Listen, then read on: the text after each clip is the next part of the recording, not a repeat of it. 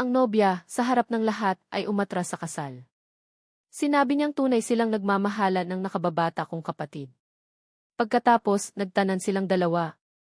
Ako naman, agad kong tinawagan ang matagal ko ng kaaway na si Xia Sining.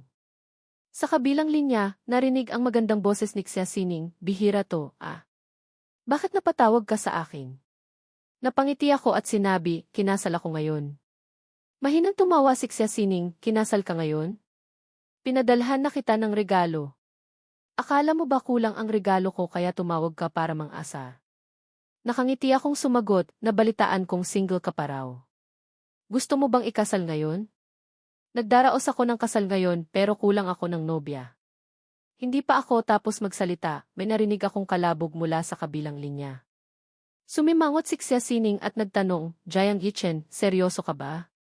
Tumango ako. Kailan ba kita niloko? Tahimik sandali si Xia Sining, tapos biglang tumawa at nagtanong, Jiang Yichen, alam mo ba kung ano ang kahihinatnan kapag pumunta ako riyan? Pagkatapos niyan, 4 na bagay lang ang gagawin natin araw-araw. Naintindihan ko ang ibig niyang sabihin. Hindi mapigilan ang ngiti sa aking mukha. Hihintayin kita ng kalahating oras. Pagkatapos ibaba ang telepono, lumapit ang matalik kong kaibigan na si Chu Feng at tinapik ang balikat ko. Inalo niya ako, sa totoo lang, okay naman si Xia Sining. Nakangiti akong tumango. Alam ko. Pinili ko si Xia Sining hindi dahil wala na akong ibang mapagpipilian. Magkaklase kami mula elementarya. 3 taon sa junior high, 2 taon sa senior high. 5 taon kaming magkatabi sa upuan. Pero halos araw-araw kaming nag-aaway. Noon, hindi ko maintindihan kung bakit ang babaeng ito ay laging gustong kontrahin ako. Hanggang sa naaksidente ako sa kotse, nakita ko si Xia Sining na walang pag-aalinlangang sumugod para protektahan ako. Doon ako natauhan. Isang katok sa pinto ang pumutol sa aking pagbabalik-tanaw. Narinig ang tanong ng wedding coordinator, Ding Jiang, handa na po ba ang nobya? Magsisimula na po ang kasal. Nakangiti akong sumagot, malapit na. Naniniwala akong hindi sinungaling si Xia Sining. Makalipas ang 20 minuto, lumitaw si Xia Sining sa pintuan. Gulat akong napatingin sa kanya. Nakasuot siya ng haute couture na damit pangkasal, bawat hibla ng kanyang buhok ay maingat na inayos. Mahirap hindi isipin na matagal na siyang handa. Ang tanging kakaiba ay ang ordinaryong relo sa kanyang kamay. Naalala ko, regalo ko iyon sa kanya noong first year high school para sa birthday niya. Hindi ko akalain na hanggang ngayon ay suot pa rin niya. Nang makita niya ang pagkamangha sa aking mga mata, tinaasan niya ako ng kilay at nagtanong, tumakas si Wensueli, kaya ako agad ang naisip mong tawagan. Matagal mo na bang pinagnanasaan ang kagandahan ko at hinihintay lang ang araw na to? Mayabang akong umiti, Xia Sining, hindi rin naman ako pahuli. Ngayong nandito ka, dapat kang magpasalamat dahil ginamot ko ang man-hater syndrome mo. Halos matawa sa galit si Xia Sining. Anong man-hater syndrome? Ikaw ang nagpakalat niyan, no? Mula pagkabata, matalino siya at magaling makisama, campus belle at top student saan man magpunta. Noong nag-aaral kami, hindi mabilang ang mga lalaking may gusto sa kanya. Minsan, pagkatapos niya akong paglaruan, gumanti ako sa pamamagitan ng pagpapakalat na may man-hater syndrome, si Xia Sining. Kaya hanggang ngayon, hindi pa siya nagkakaroon ng seryosong relasyon, ni hindi pa nakakahawak ng kamay ng lalaki. Sumimangot si Xia Sining. Alam mo ba kung gaano karaming manliligaw ang nawala sa akin dahil sa sinabi mo? Tinaasan ko siya ng kilay. Kung gayon, bibigyan kita ng asawa ngayon. Hindi ka nadadaan sa panliligaw. Inilagay ni Xia Sining ang kanyang hintuturo sa labi at mahinang tumawa. Mukhang maganda yan.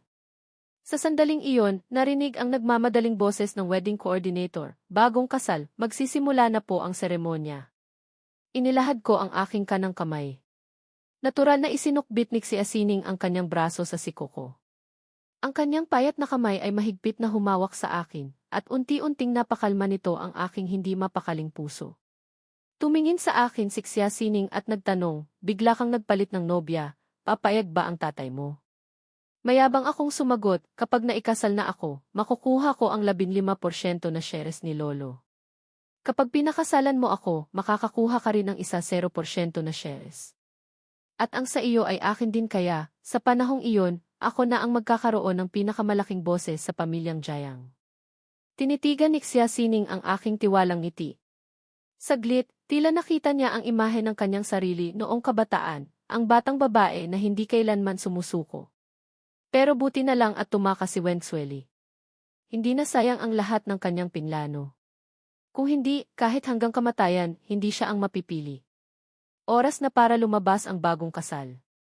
Nang makitang biglang iba na ang nobya, nagbago ang mukha ng mga nakatatanda sa magkabilang pamilya. Lalo na si Lola Wen ng pamilyang Wen.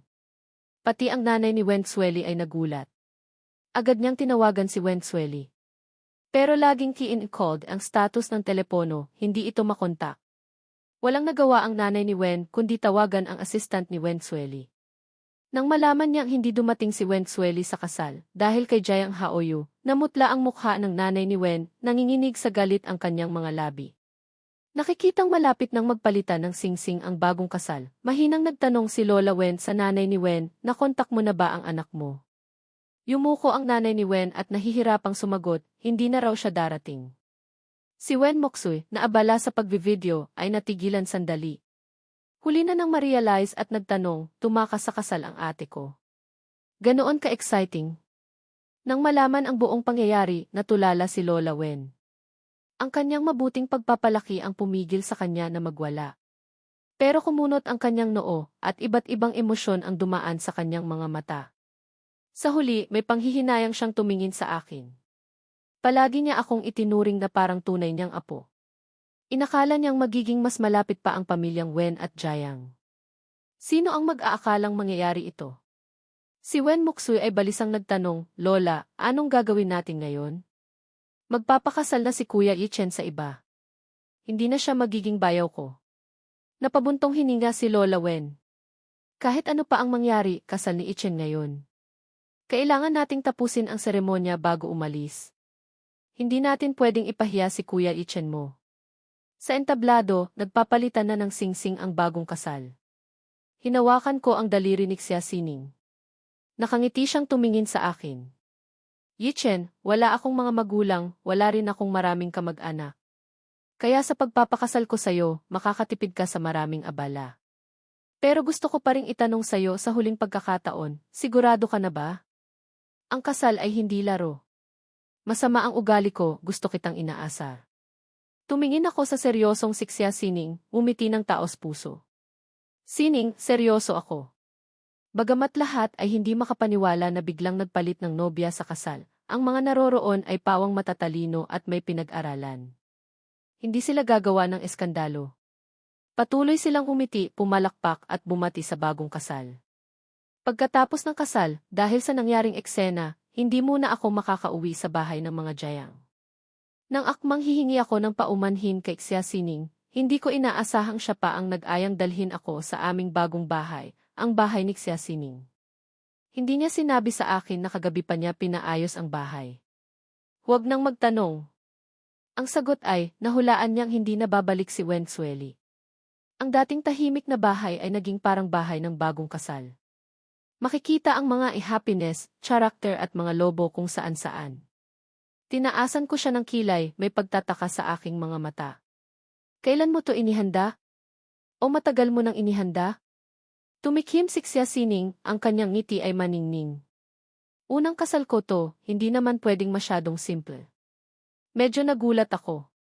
Akala ko ay nandito lang si Xia Sining para magpanggap. Hindi ko inaasahang ganoon siya kaseryoso, mas seryoso pa kaysa sa akin. Nang maisip ko iyon, medyo nahiya ako. Bukod sa singsing na dinala ko para sa kanya, parang wala na akong ibang ginawa. Kahit ang dapat na dowry at bagong bahay, hindi ko maibigay sa kanya.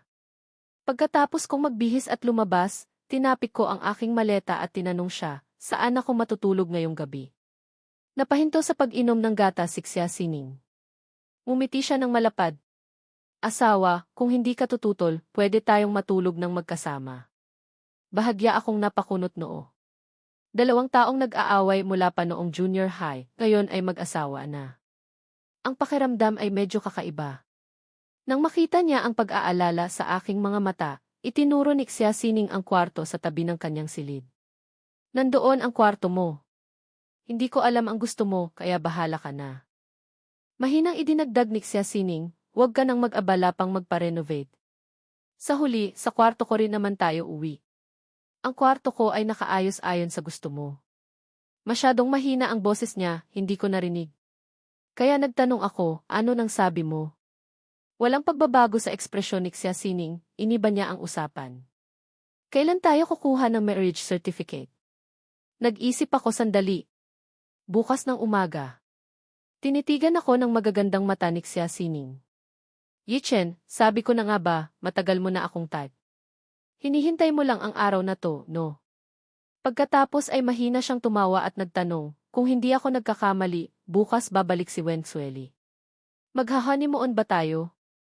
Gusto niya akong ilayo bago pa bumalik si Wen Xueli, para si Wen Xueli ang umiyak. Akmang sasagot na ako nang biglang tumunog ang aking telepono. Hindi muna tayo makakapag-honeymoon. Pwede bang tapusin ko muna ang project ko? Tanong ko, nag-aalalang baka magalit si Xia Sining. Nag-isip ako sandali at idinagdag, mga kalahating buwan lang. Ang malumanay kong pakikipag-usap sa kanya ay nagpalutang kay Xia Sining. Agad siyang tumango. Kinabukasan, maaga kaming gumising. Una kaming pumunta sa civil registry para kumuha ng marriage certificate. Pagkatapos, bumalik kami sa aming kanya-kanyang kumpanya, na para bang ang pagkuha ng certificate ay isang simpleng proseso lang. Pagbalik ko sa kumpanya, pagkatapos ng meeting at pag-aproba ng plano, nakatanggap ako ng tawag mula sa tatay ko, si Jiang Hongsuan. Kahapon, nang makita niyang nagpalit ng nobya sa kasal, galit na galit ang tatay ko, agad sumimangot ang mukha niya. Kahit wala na si Wen Xueli, hindi naman ako pwedeng basta-basta na lang kumuha ng kung sino para pakasalan. Hindi ba't parang nagbibiro lang ako? Isa pa, si Wen Xueli ay pumunta para tingnan ang kapatid mo. Jiang Yichen, ikaw ang nakatatandang kapatid, hindi ka ba marunong umintindi at maghintay kay Wen Xueli? Galit na galit ang tatay ko, pero pilit niyang pinipigilan. Yichen, ngayong matigas na ang ulo mo, nangangahas ka ng gumawa ng ganitong kalokohan. Kumuha na ba kayo ng marriage certificate ni Xia Sining? Kung hindi pa, dalhin mo siya sa bahay ng mga Jiang mamayang hapon. Hindi na hinintay ng tatay ko ang sagot ko, ibinaba na niya ang telepono. Mahina akong natawa. Ang tono niya ay parang nag-imbestiga ng kriminal. Hindi ko ito pinansin. Ibinaba ko ang telepono at buong pusong nagtrabaho. Tanghali na nang maalala ko ito. Tinawagan ko si Xia Sining. Sa oras na iyon, katatapos lang din ng meeting ni Xia Sining. Ang matalik niyang kaibigan na si Suxia Oxiao ay may dalang dalawang lunchbox, humuhuni habang papunta sa opisina ni Xia Sining. Nakangiting sinabi ni Suxia Oxiao, Ate Sining, unang araw ng kasal, pumasok ka agad. Hindi ka ba natatakot na magalit si Bayaw? Pakiramdam ni Suxia Oxiao, simula nang ianunsyo ng pamilyang Jiang ang kasal namin ni Wen Xueli, si Xia Sining ay laging nasa bar, muntik nang mamatay sa kalasingan sa mesa. Noon pa niya inaasar si Xia Sining na duwag, may gusto pero hindi nangangahas na habulin. Pero kahapon, habang nasa bar sila, biglang nakatanggap si Xia Sining ng tawag mula kay Jiang Yichen. Ang dating maingay na eksena ay biglang tumahimik dahil sa isang tingin lang ni Xia Sining. Pagkatapos ng tawag, elegante siyang tumayo, mayabang na tinapik ang dibdib at sinabing, magpapakasal na ako. Iniwan silang dalawa na nakatulala. Ngayon, tinapik ni Suxia Oxiao ang balikat ni Xia Sining at mumiti. Sa wakas, nakuha mo na ang iyong little husband. Hindi mo ba aalagaan ang inyong relasyon? Baka kapag natauhan si Wen Xueli, maagaw pa niya sa'yo si Jiang Yichen. Pagkatapos makipag-usap sa telepono, nag-isip si Xia Sining kung tatawagan ba niya ako. Nang marinig ito, umiti siya at mayabang na sinabi, ang asawa ko ay maunawain. Kayong mga single, hindi nyo maiintindihan at maiinggit lang kayo. Nakaramdam ng 1,0,0,000 puntos na damage si Suxia Oxiao. Pwede namang magpakita ng pagmamahal, bakit kailangang mang-insulto? Ate Sining, kahapon bigla kang nagpakasal, kumuha na ba kayo ni Bayaw ng marriage certificate? Isang matinding banat mula kay Suxia Oxiao. Ang kasal, kailangan pa rin ng papel para maging mapagkakatiwalaan. Bahagyang kumunot ang noo ni Xia Sining, tila may punto ang sinabi nito. Pero parang nakakuha ng alas si Suksya-Oksiao, nang aasar na sinabi, kahit natawag ka ng tawag ng asawa, kapag bumalik si Wensueli, tatakbo rin si Bayaw. Hindi pa tapos magsalita si Suksya-Oksiao, nanlaki ang kanyang mga mata nang makita ang pulang buklet sa kamay ni Xia Sining.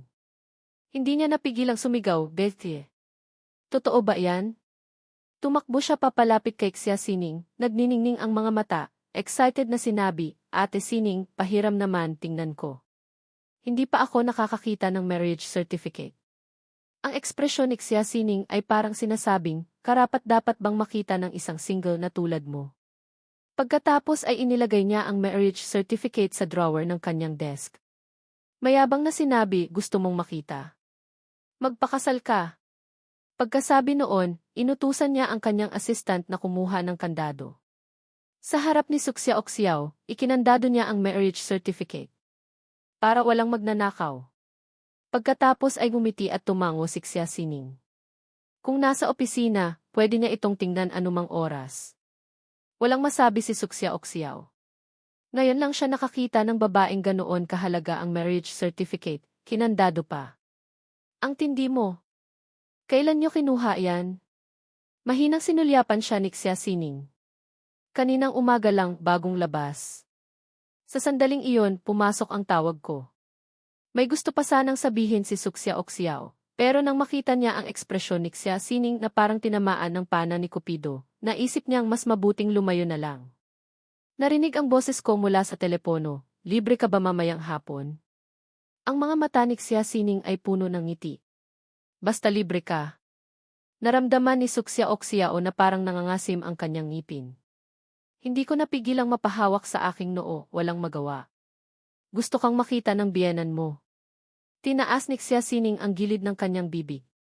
Maliit na bagay, huwag kang mag-alala. Idinagdag ko pa, susunduin kita. Kumain ka ng marami sa tanghali, hindi masarap ang pagkain mamayang gabi. May tiwalang sinabi ni Xia Sining, Yichen, magtiwala ka naman sa asawa mo. Natawa ako sa kanya. Ang bigat sa dibdib ko ay nawala. Pagkababa ng telepono, lumapit si Suksya-Oksiao na parang tsismosa. Sinulyapan niya ang telepono nito.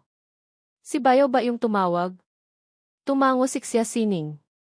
Pagkatapos ay inutusan niya ang kanyang assistant, mamayang hapon, ihanda mo ako ng ilang regalo. Pupunta ako sa bahay ng mga Jayang. Pumalakpak si Suksya-Oksiao sa tuwa. Ate Sining, aangat ka na.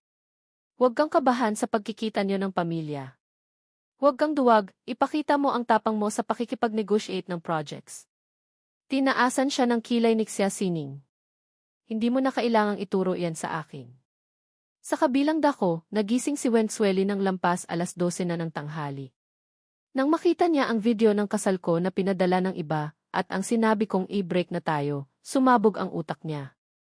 Hindi niya inaasahang makikipag-break ako. Nagbihis si Wensueli, nagmamadaling kinuha ang telepono at akmang aalis na. Sa sandaling iyon, pumasok si Jayang Haoyu at hinawakan ang kanyang pulso. Ayaw na sayo ni Jayang Yichen, babalik ka pa ba?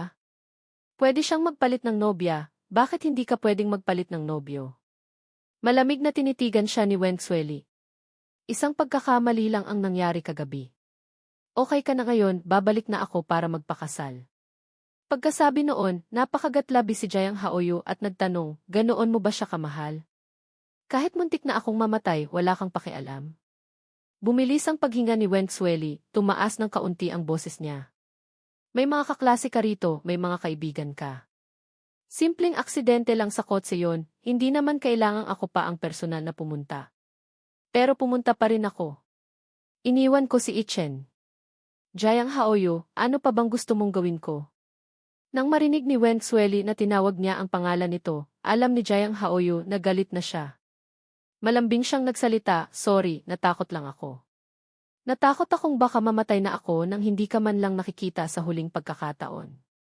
Mahal na mahal kita, natatakot ako. Malamig siyang pinutol ni Wensueli. Nakita mo na ako ngayon. Babalik na ako. Kalimutan na natin ang nangyari kagabi. Isang pagkakamali lang iyon. Pagkasabi noon ni Wensueli, kinuha niya ang telepono para tawagan ako, pero hindi ako makontak. Kahit ang assistant ko, pareho lang ang resulta. Galit na galit si Wenxueli. Paano ko nagawang i-block ang mga numero nila? Tinawagan ni Wenxueli ang matalik kong kaibigan na si Chu Feng. Inasar siya ni Chu Feng ng may sarkasmo at ibinaba rin ang telepono.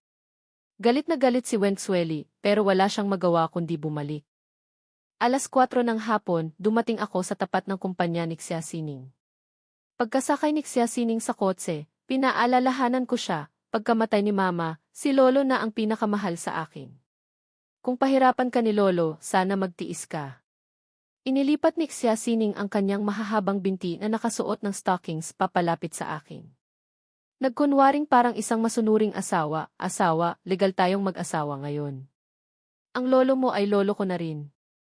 Ano ng pagtitiis ang sinasabi mo? Naantig ako. Hindi ko mapigilang sumulyap pababa. Marahil dahil sa sobrang pagod sa trabaho, hindi nagtagal pagkasakay sa kotse ay nakatulog na si Xia Sining. Sadyang binagalan ko ang takbo para makapagpahinga siya ng maayos. Nang makarating na kami sa bahay, saka ko lang siya marahang ginising. Nandito na tayo. Tumingin ako sa medyo kinakabahang ekspresyon ni Xia Sining, bahagyang umiti ang aking mga labi. Bumaba ako ng kotse at hinawakan ang kamay ni Xia Sining papasok. Naramdaman ko ang kaba sa kanyang palad. Inalo ko siya, legal tayong mag-asawa, huwag kang matakot. Napalunok si Xia Sining, tinapik ang kanyang dibdib. Nandoon ang litrato ng aming marriage certificate. Kahit na ikinandado niya ang marriage certificate sa opisina, dala-dala niya ang litrato nito. Ang kanyang mapupulang labi ay paulit-ulit na nagsasabing, legal na mag-asawa. Pagkatapos ay sumunod siya sa akin papasok sa bahay ng mga Jayang. Sa sandaling iyon, maraming tao ang nakaupo sa sala. Ang tatay ko at si Lolo, pati na rin ang lola ni Wenxueli, si Ginang Li. Medyo nagulat ako. Pero lumapit pa rin ako at isa-isang bumati. Magalang na sumunod si Xia Sining sa pagbati. Ang tingin ng lahat ay napunta sa aming magkahawak na mga kamay. Nagbago ang ekspresyon ng lahat. Binitiwan ko ang kamay niya at lumapit kay Ginang Li. May halong pagsisisi, sinabi ko, Lola Li, pasensya na po sa nangyari kahapon, hindi ko po nasabi sa inyo ng maaga. May pag-aalala at panghihinayang sa mga mata ni Ginang Li. Hinawakan niya ang kamay ko. May halong pagsisisi at awa, sinabi niya, ang pamilyang Shen ang may kasalanan sa iyo, Yi Chen. Hindi mo kailangang humingi ng tawad. Kami ang nagkamali. Ang tanging hiling ko lang ay maging masaya ka. Nalaman ko na ang nangyari kahapon. Kasalanan ni Wenxueli. Kailangan ko pa ring humingi ng tawad sa iyo para sa kanya. Malalim na napabuntong hininga si Ginang Li. Yi Chen, hindi ko ipagtatanggol si Wenxueli. Hindi ko siya napalaki ng maayos.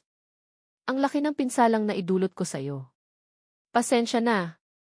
Pagkaalis ni Ginang Li, sumunod kami ni Xia Sining kay Lolo sa study.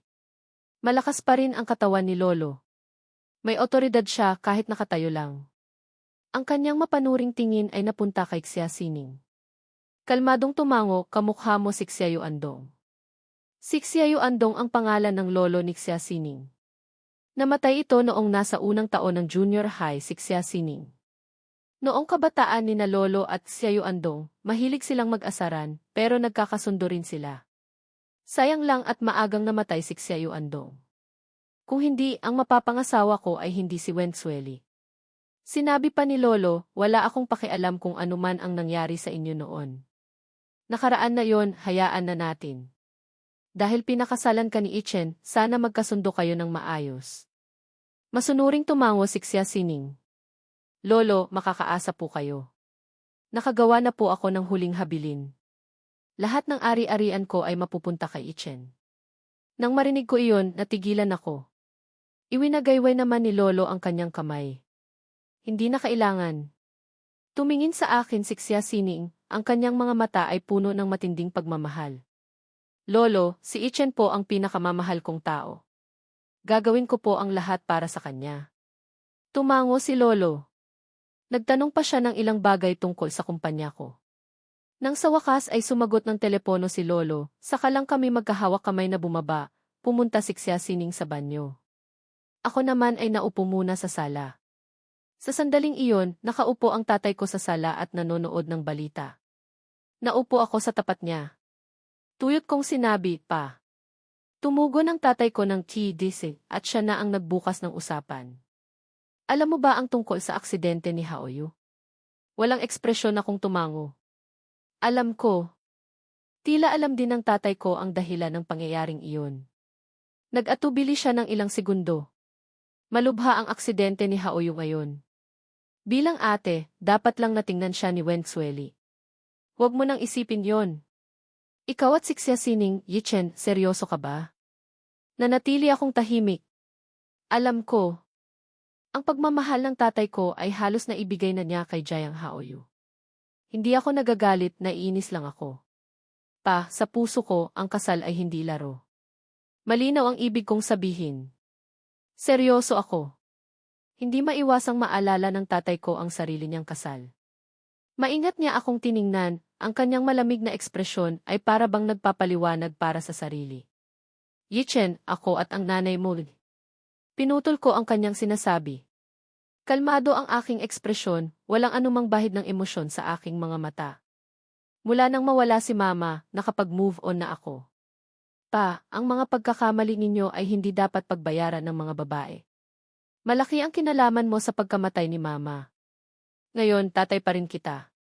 Pero hindi ka na ang pinakarespetado kong tatay. Nang pinili mong pagtaksilan kami ni mama, nawala na sayo ang karapatang iyon. Nasa harapan ko ang tatay ko. Nakaramdam siya ng kawalan ng magawa. Kaya hindi na lang siya nagsalita. Mabuti na lang at hindi nagtagal ay sinabi ng tita na handa na ang pagkain. Pagkatapos kumain, madilim na nang umalis kami. Tiningnan ko ang tahimik na Sixia Sining sa kotse.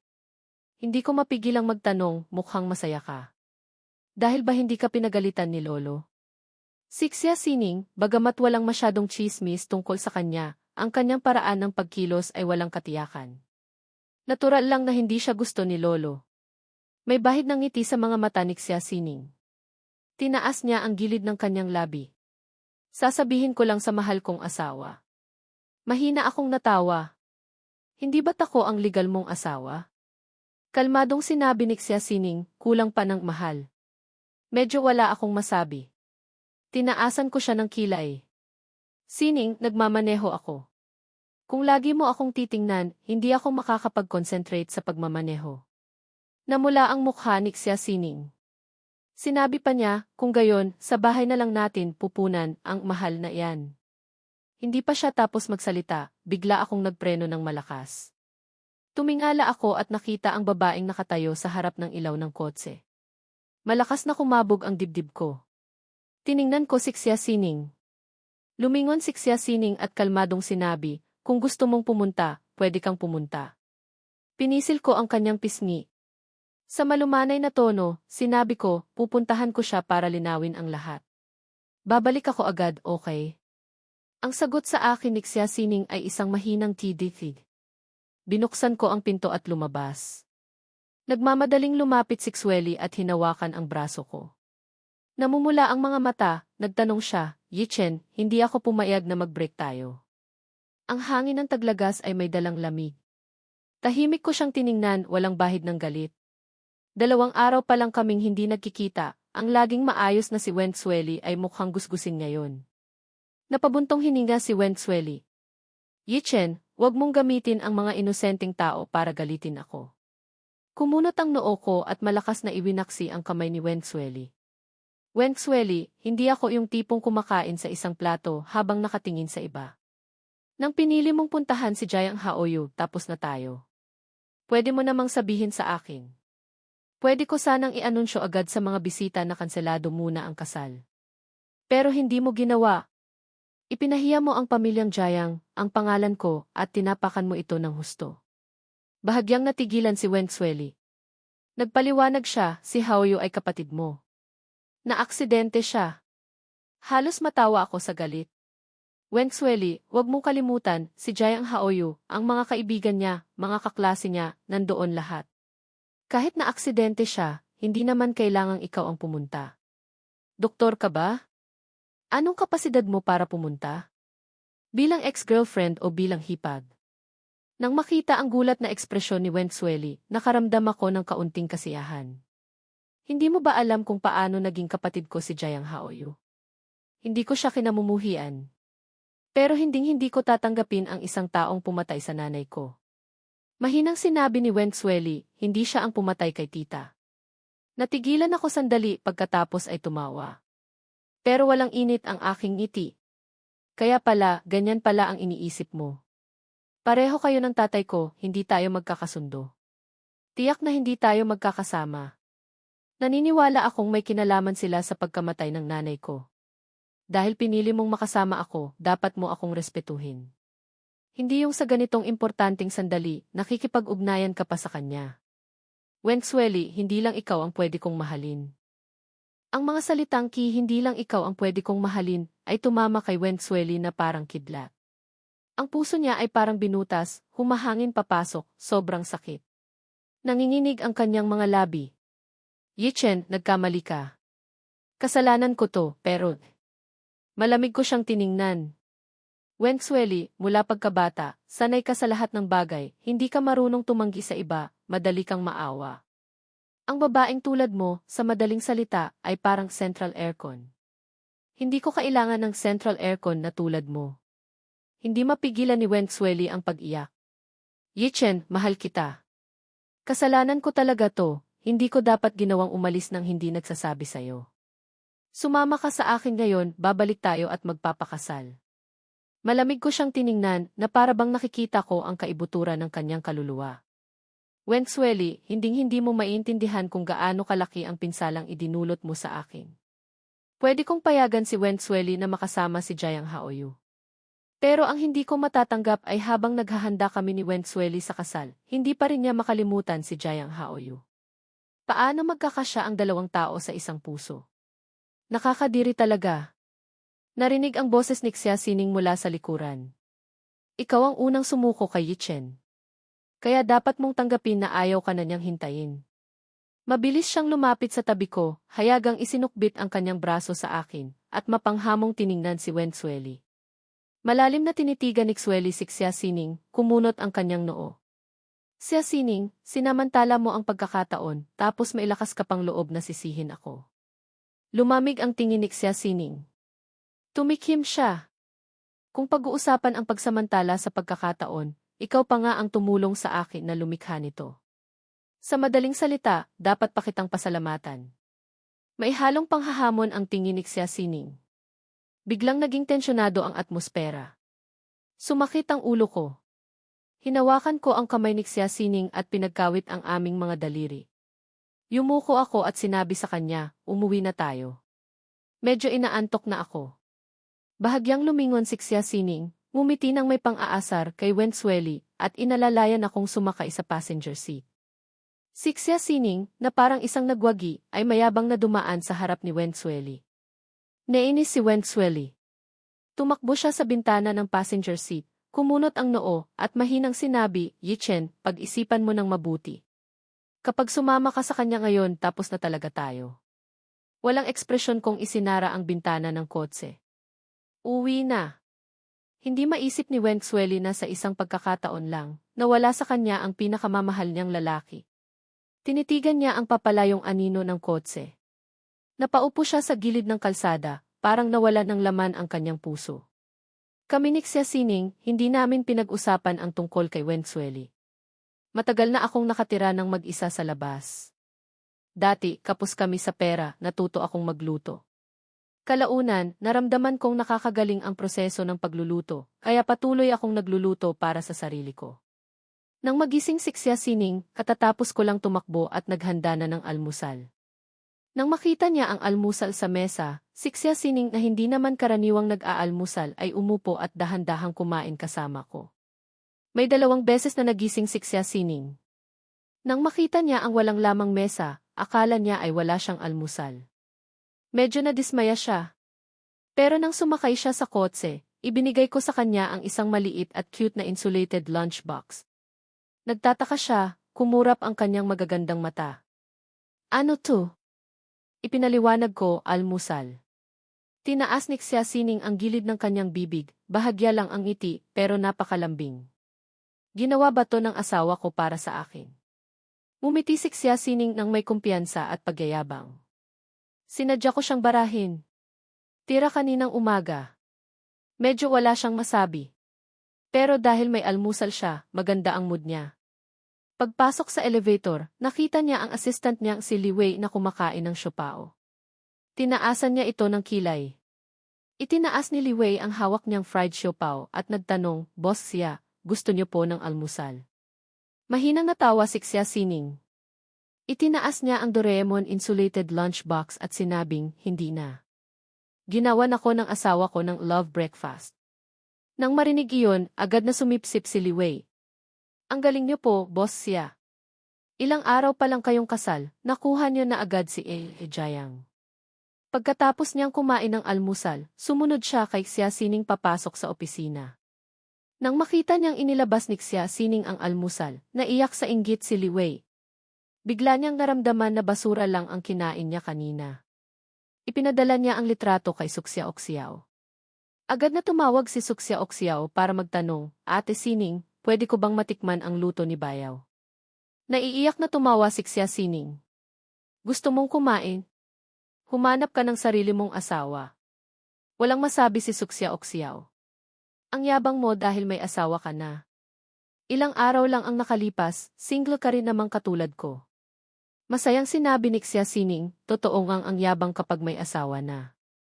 Noong gabing umuwi kami mula sa bahay ng mga Jiang, binigyan ako ni Lolo ng 15% na shares, binigyan si Xia Sining ng isa 0%, at may 5% na natira para kay Jiang Haoyu.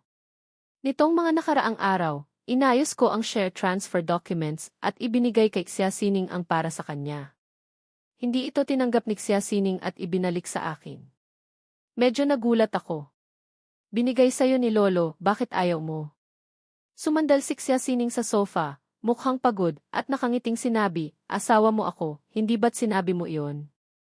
Ang akin ay sayo. Heto, sayo na lahat." Nahihiya akong nagpaliwanag, nagbibiro lang ako noon. Nawala ang ngiti ni Xia Sining. "Seryoso ako. Dahil nagpakasal na tayo, hindi ko naisipang makipaghiwalay. Hindi lang itong shares, kahit ang kumpanya ko ngayon, ibibigay ko sayo, wala akong tutol." Mapait akong umiti sa kanya. "Xia Sining, pinagsisihan mo ba na nakasama mo ako? Medyo boring akong tao, hindi masyadong marunong sa romansa." Mahinang tumawa si Xia Sining. "Okay lang, ako naman ang marunong. Hindi lang ako marunong, tuturuan pa kita." Hindi ako nagsalita. Ibinigay ko pa rin ang shares kay Xia Sining. Nang paalis na ako sa kumpanya at pasakay na sa kotse, nakita ko si Jiang Haoyu na naghihintay sa akin sa parking lot. Nakasakay siya sa wheelchair, medyo maputla ang mukha, pero pilit pa ring gumingiti. Kumunot ang noo ko. Hindi ba't naaksidente siya? Hindi ba dapat nasa ospital si Jiang Haoyu? Bakit siya bumalik? Ngumiti si Jiang Haoyu. "Nabalitaan kong nag-away kayo ni Wen Xueli. Natatakot akong baka magkamali ka ng akala, kaya bumalik ako para magpaliwanag." Ang salitang nag-away ay ginamit niya ng napakagaling na para bang ako ang hindi marunong makisama. Mahina akong natawa. Sumandal ako sa pinto ng kotse at mahinang sinabi, "Bibigyan kita ng 5 minuto."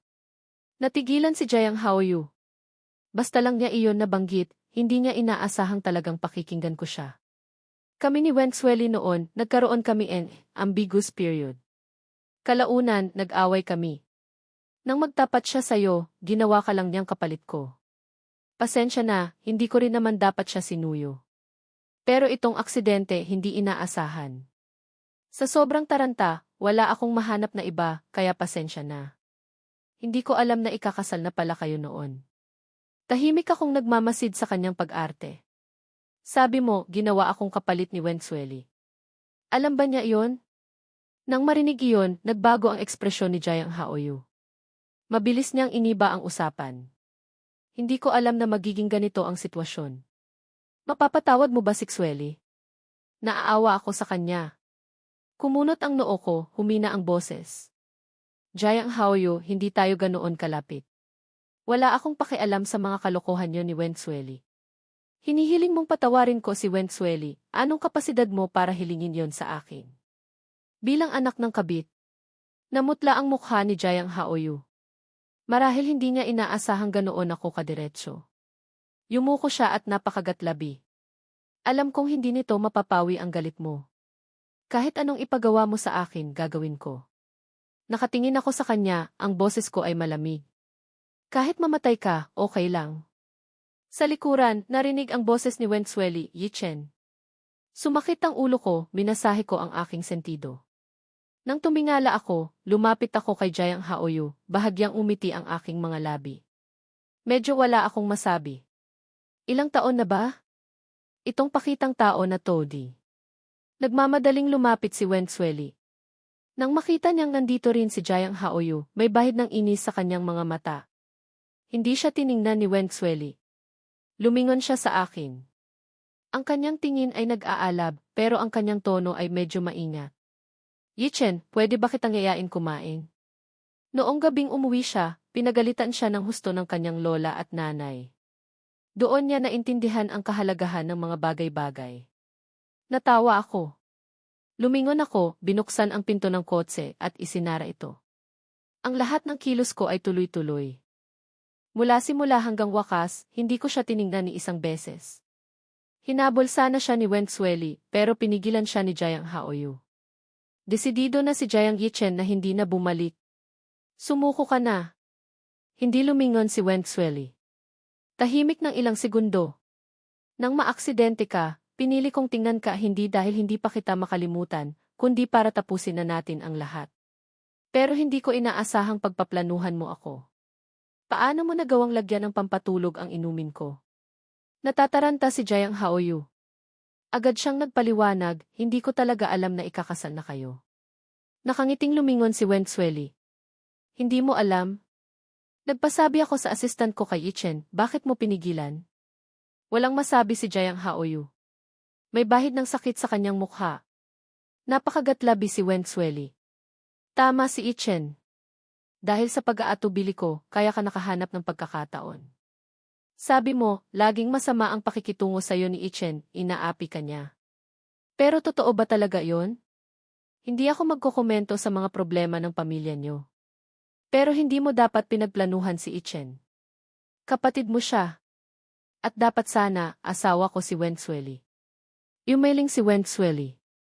Ang kanyang malalalim na mata ay may bahid ng kawalan ng magawa at pagsisisi. Nang makita mong nauwi tayo sa ganito, masaya ka na ba? Hinawakan ni Jiang Yichen ang hawakan ng wheelchair. Tumingala siya sa langit, pero matagal siyang hindi nagsalita. Ika-4 na araw ng kasal, aalis si Xia Sining para sa isang business trip. Tinulungan ko siyang mag-ayos ng gamit. Bagamat hindi kami natutulog sa iisang kwarto, ang disenyo ng 2 kwarto ay halos magkapareho. Marahil dahil nasanay kaming magkaibigan noong bata pa, medyo hindi pa ako sanay na bigla kaming nagpakasal. Kapag matagal nang magkasama, matutulog din kami sa iisang kama. Nang kumatok ako, naliligo si Xia Sining. Nakatapis lang siya ng tuwalya nang buksan niya ang pinto. Nanginig ang tingin ko, hindi ko mapigilang sumulyap pababa. Sumandal si Xia Sining sa gilid ng pinto at nakangiting nagtanong, anong problema? Namula ang pisngi ko. Bigla kong nasabi, gutom na ako. Sinundan ni Xia Sining ang tingin ko. Mahinang nagtanong, sigurado ka bang ganyang klaseng gutom? Nahihiya ako. Agad akong tumalikod. Mahinang sinabi, nandito ako para tanungin kung gutom ka na. Sinadya akong asarin ni Xia Sining. Nang dumating ka, nagutom na ako. Inirapan ko siya. Seryoso. Anong gusto mong kainin? Tumayo ng tuwid si Xia Sining, puno ng ngiti ang kanyang mga mata. Pwede bang ikaw? Natigilan ako sa sinabi niya. Namula ang mukha ko at tumalikod palabas. Ewan ko sa'yo. Narinig ko ang parang kampanang tawa ni Xia Sining sa likuran. Bawat tawa niya ay tamang-tama ang bagsak sa puso ko. Namula ang pisngi ko. Mabilis akong pumunta sa kusina. Nang matapos mag-ayos ng gamit si Xia Sining, pumunta siya sa kusina. Sakto namang lumabas ako na may dalang isang mangkok ng tomato egg noodles. Ang ginintuang itlog ay nakapatong sa puting noodles, may ilang butil pa ng sibuyas na nakasaboy. Nagutom si Xia Sining. Kinuha niya ang chopsticks at nagsimulang kumain. Naalala niya noong first year high school, pagkatapos niyang maglayas, pinulot ko siya. Ang kinain niya noon ay tomato egg noodles. Pagkaalis ko, kumain siya sa maraming noodle houses, pero wala ni isa ang nakagawa ng lasa ko. Humigpit ang hawak ni Xia Sining sa chopsticks. Mabilis niyang inubos ang noodles. Hating gabi umalis si Xia Sining. Nang magising ako kinaumagahan, sa mesa sa ibaba, nakita ko ang iniwang sulat ni Xia Sining. Ang sulat kamay niya ay kasing ganda pa rin noong high school. Isang linggong business trip, wag mo akong masyadong isipin. Kung hindi mo na talaga kaya, tawagan mo ako. 24 paghahati 7 online para makipag-chat at kumain kasama mo. Pagkatapos kong kumain ng almusal, mabilis akong nag-ayos at pumunta sa kumpanya. Pagkatapos ng trabaho, nakatanggap ako ng tawag mula sa matalik kong kaibigan na si Chu Feng. Niyaya niya akong kumain sa labas. Pagdating ko sa napag-usapang restaurant, naupo ako sa tapat niya. Nang makita kong nakasimangot si Chu Feng, nakangiti akong ng asar, niyaya mo akong kumain sa labas, tapos ganyan ka kasimangot. Nag-isip sandali si Chu Feng at naglabas ng isang litrato. Maingat niyang sinabi, Yichen, huwag kang magagalit kapag nakita mo to, ha? Sinulyapan ko ito. Isang litrato ni na Wen Xueli at Jiang Haoyu na magkalapit. Sa litrato, parang natumba si Jiang Haoyu at inaalalayan siya ni Wen Xueli pabalik sa wheelchair. Si Jiang Haoyu ay dating sikat na mang-aawit sa music scene, marami siyang fans. Nang lumabas ang ganitong litrato, natural lang na naisip ng media na sa wakas ay inamin na nila ang kanilang relasyon at magiging publiko na sila. Nakangiti kong ibinalik ang litrato. Mahina ang tono ko. Bakit naman ako magagalit? Kasal na ako. Nakangiting tumango si Chu Feng. Yichen, kumusta si Xia Sining sayo? Noong nag-aaral tayo, lagi kayong nag-aaway. Sa totoo lang, mabait naman si Xia Sining. Kung hindi lang nangyari yung bagay na iyon sa kanya, wala sanang Wen Xueli. Nang mabanggit si Wen Xueli, puno ng galit si Chu Feng. Nakangiti kong sinabi, sige na, huwag ka nang magalit. Kumain na muna tayo. Pagkatapos naming kumain, tiningnan ko si Chu Feng. Nakita kong nakatingin si Chu Feng sa malayo. Sinundan ko ang tingin niya. Sa gilid ng kalsada, may nakaparadang pamilyar na kotse. Si Jiang Haoyu ay nakaupo sa wheelchair sa gilid ng kalsada, tila may kausap sa loob ng kotse. Ang pandidiri sa mga mata ni Chu Feng ay hindi maitago. Hindi ba't nasa ospital si Jiang Haoyu? Bakit nagtutulak ng wheelchair kung saan-saan? Hindi kaya nagpapanggap lang siya? Nang makitang itinaas ni Chu Feng ang manggas ng damit at akmang susugod, agad ko siyang pinigilan. Tara na! Nagpapanggap man siya o hindi, wala na tayong pakialam doon. Ang sinabi kong iyon ay may ibang kahulugan. Bagamat madilim ang ilaw sa kalye, kahit may 7 o 8 metro ang layo, makikita pa rin kung sino ang nasa loob ng kotse. Mahinang tumikhim si Chu Feng. Nga naman. Marami namang ibang may pakialam sa atin. Medyo malakas ang boses niya. Narinig ng tao sa loob ng kotse ang ingay, tumingala at nakita ang ngiti ko. Nanginig ang kamay ni Wen Xueli. Mabilis niyang binuksan ang pinto ng kotse at lumapit sa direksyon ko. Yichen, tinawag ako ni Wen Xueli mula sa labas. Hindi ako lumingon. Pero hindi sumuko si Wen Xueli. Tumawid siya sa gitna ng mga sasakyan, humihingal na lumapit sa akin. Yichen. Nag-aalalang tumingin sa akin si Chu Feng. Bahagya akong umiti sa kanya para pakalmahin siya. Yichen, pakinggan mo ang paliwanag ko. Pagkasabi noon, ang nag-aalab na tingin ni Wen Xueli ay napunta sa akin. Sa pamamagitan niya, tahimik kong tiningnan ang nasa tapat na si Jiang Haoyu na may malungkot na tingin. Kalmado akong umiti. Hindi na kailangan. Ang lamig ng pakikitungo ko ay nagpatulala kay Wen Xueli. Noong kami pa, bagamat hindi rin ako masyadong masigla, hindi naman ako kasing lamig ngayon. Na para bang may malalim na bangin sa pagitan namin. Yichen, nanginginig ang mga labi ni Wen Xueli na para bang may gusto siyang sabihin. Sa sandaling iyon, nag-vibrate ang telepono ko. Isang voice message mula kay Xia Sining. Akmang i-convert ko na sana sa text, pero napindot ko ang voice message. 17 oras na akong nakarating, ni isang batiwala. Ginamit lang tapos itatapon. Narinig ko ang maihalong pagtatampong tawa ng babae sa aking tainga. Namula ang mukha ko. Anong pinagsasabi niya? Maiintindihan ng iba ng mali. Si Chu Feng ay nakangiting nakatingin sa akin. Nagbago ang ekspresyon ni Wen Xueli. Hindi makapaniwalang nagtanong, Yichen, ikaw at Sixia Sining, nagdi. Walang pagbabago sa ekspresyon ko, sumagot ako, legal kaming mag-asawa. Kahit anong mangyari, natural lang yon. Bumuhos ang walang katapusang pait sa puso ni Wen Xueli.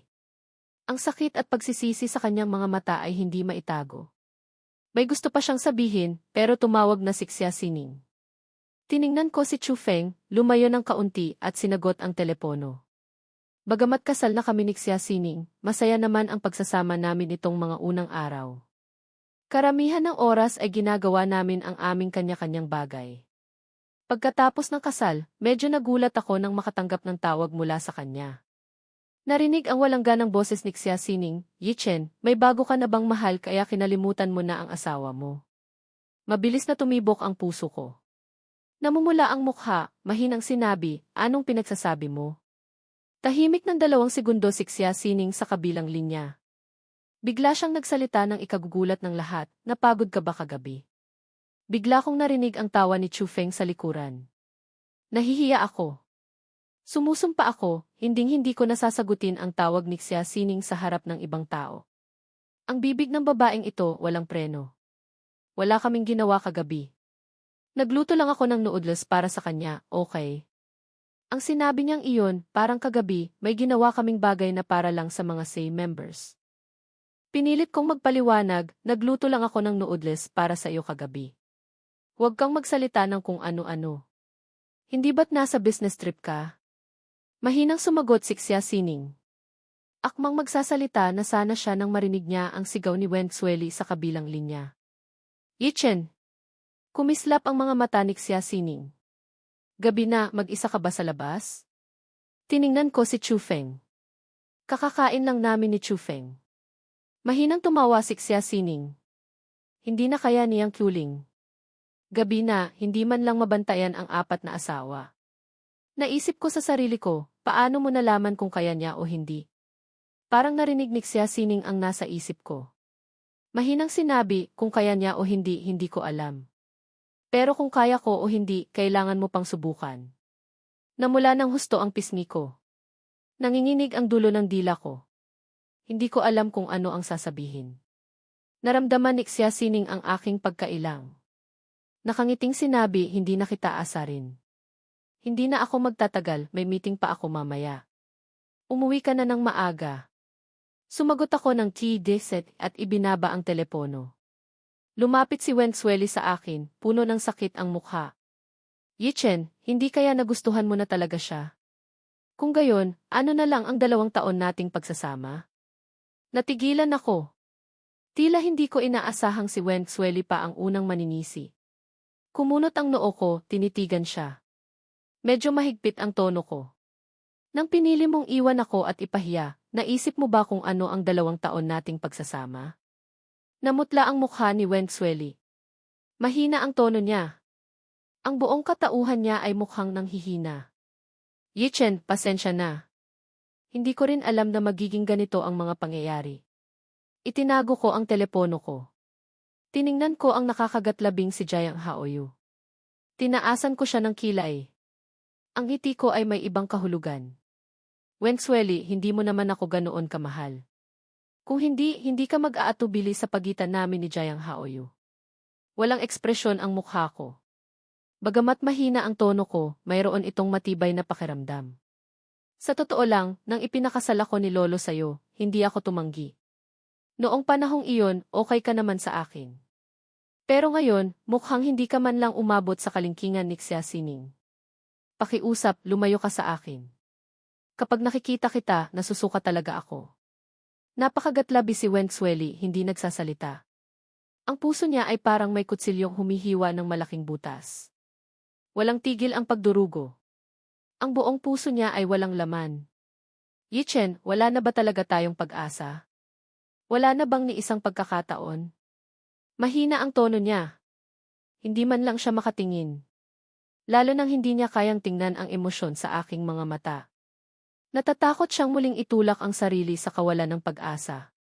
Ang laging mayabang na si Wen Xueli ay hindi kailanman nagpakita ng kahinaan sa mga lalaki. May bahid ng pang-aasar sa aking mga mata. Wen Xueli, ngayon kinamumuhian talaga kita. Nang matanggap mo ang tawag ni Jayang Haoyu at nagpa siya kang umalis, tapos na tayo noon pa. May asawa na ako ngayon. Ayokong magkamali siya ng akala. Mas mabuting lumayo ka sa akin. Narinig ang walang magawang boses ni Jayang Haoyu. Marahil nag-aalala si Jayang Haoyu na baka sumama si Wensueli sa akin. Sa sobrang taranta, sinubukan niyang itulak ang wheelchair palapit, pero hindi niya inaasahang mabangga siya sa bato. Tumagilid ang wheelchair at natumba siya sa gitna ng kalsada. Tumingin din si Wensueli. Hindi ko pinalampas ang bahid ng awa sa mga mata ni Wensueli. Mahinang natawa. Nakangiting sinabi ni Chu Feng kay Wensueli, "Miss Wen, natumba ang mabait mong kapatid. Hindi mo pa ba siya tutulungan? Gabi na, maraming sasakyan, madaling magkaproblema." Inalis ni Wensueli ang tingin. Sinabi niya sa akin, pinutol ko na ang ugnayan namin. Malamig ang mukha ko, sumagot ng T.O. Sumunod ako kay Chu Feng at tumalikod para umalis. Hinabol sana sila ni Wensueli, pero ang isang mahinang at malungkot na sigaw ni Jayang Haoyu sa likuran ang nagpatigil sa kanya. Galit na galit at nainis si Wensueli na nakatayo lang doon. Pinanood niya akong umalis. Pagkatapos naming magpaalam ni Chu Feng, umuwi ako. Pagkatapos maligo, kinuha ko ang telepono ko, 11:00 na. Dapat tapos na sa trabaho si Xia Sining. Nang maalala ko ang reklamo niyang voice message kanina, hindi ko mapigilang umiti. Noong nag-aaral kami, mahilig makipag-away sa akin si Xia Sining. Kasal na kami, ganoon pa rin siya, talagang hindi nagbabago. Pero kasal na kami ngayon. Magkakasama kami habang buhay. Mas mabuting batiin ko na lang siya ng maayos. Nagpadala ako sa kanya ng mensahe, "Nakauwi ka na ba sa hotel?" Si Xia Sining na nasa meeting, sinulyapan ang umilaw niyang telepono. Nang makita niya ang pamilyar na profile picture, ang dati niyang tahimik na puso ay biglang bumilis. Mabilis siyang sumagot sa akin. Hindi pa tapos. Nagpadala ako ng emoji na parang wala akong magawa. Sinabi ko pa, ang yaman-yaman na ng asawa mo, bakit ka pa ganyan kasipag? Nang makita niya ang sagot ko, medyo nagulat si Xia Sining. Asawa, bakit bigla kang naging ganyan kabait? Tinaasan ko siya ng kilay. Natatakot akong baka mamatay ka sa sobrang pagod, tapos hindi ako makakakuha ng mana. Ganoon kami nag-asaran sandali bago ibaba ang telepono. Umuugong pa rin sa tainga ko ang nakakainis na tawa ni Xia Sining. Dahil sa pang-aasar ni Xia Sining, ang dati kong malungkot na kalooban dahil sa paglitaw ni Wensueli ay unti-unting sumaya. Pagkatapos ng ilang araw na abala sa kumpanya, nakatanggap ako ng tawag mula sa tatay ko. Ngayong gabi, umuwi ka para kumain. Parang utos ng amo sa empleyado. Walang bahid ng emosyon sa kanyang mga salita. Tahimik akong napabuntong hininga. Sanay na ako. Pareho naman kaming tunay niyang anak. Pero ang pakikitungo ng tatay ko ay magkaibang-magkaiba. Palagi niyang iniisip na si Jayang Haoyu ay maraming pinagdaan ng hirap sa labas. Gusto niyang bumawi ng husto. Pero nitong mga nakaraang taon, hindi rin maganda ang buhay ko. Nawalan ng nanay. Kahit ang tatay ko, malamig ang pakikitungo sa akin. Kung hindi dahil sa dugong nag-ugnay sa amin, hindi ko man lang siya matatawag na tipa. Pagkatapos ng trabaho, mabagal akong sumakay sa kotse pauwi. Alam kong kahit na humanap ako ng dahilan para magpaliban, sa huli, pag-uusapan pa rin ako. Pagdating ko sa bahay, sa pintuan pa lang ay narinig ko na ang malambing na boses ng tatay ko. Kahit hindi ko naisipin, alam ko na kung sino ang kausap niya. Pa, sa susunod na buwan, balak kong magkaroon ng concert. Narinig ang boses ni Jayang Haoyu. Kumunot ang noo ng tatay ko. Hindi pa magaling ang binti mo, anong concert ang gagawin mo? Masyadong magulo sa showbiz. Inaalagaan naman ng kuya mo ng maayos ang kumpanya. Kapag medyo magaling na ang binti mo, sumama ka na lang sa kanya sa kumpanya. Pa, sabay naming sigaw ni Jayang Haoyu. Lumingon ang tatay ko at si Jayang Haoyu. Nang makita ako ng tatay ko, may kaunting hiya sa kanyang mukha. Pero mabilis din itong nawala. Yichen, bilang nakatatandang kapatid, dapat mo lang protektahan si Haoyu. Walang ekspresyon ang mukha ko. Totoo ang sinabi ko, hindi angkop ang kurso niya, hindi siya bagay sa kumpanya. Ayaw ng tatay ko, sumagot siya, si Haoyu ay kapatid mo. Ang showbiz ay isang maruming lugar, hindi bagay sa kanya ang ugali niya. Nakangiti kong tiningnan ang tatay ko.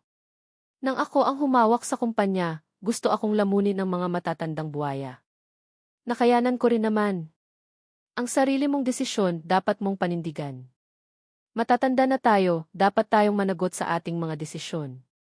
Medyo mahigpit ang sinabi kong iyon. Napahiya rin si Jayang Haoyu.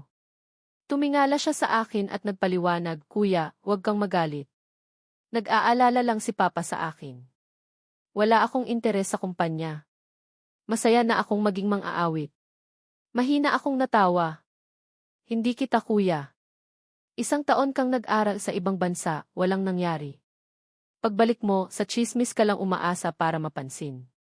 Jayang Haoyu, ito ba ang resulta ng pag-aaral mo sa ibang bansa?" Nang marinig iyon, nagbago ang ekspresyon ni Jayang Haoyu.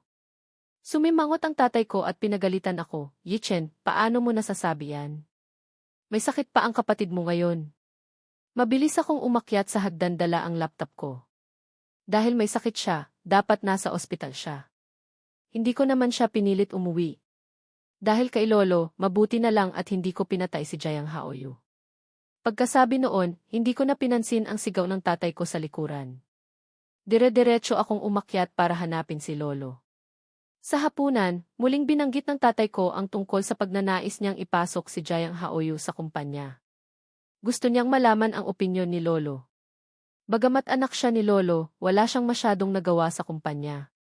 Ilang taon na ang nakalilipas, dahil sa pagdating ng ina ni Jayang Haoyu, nagkaroon sila ng hidwaan ni Lolo.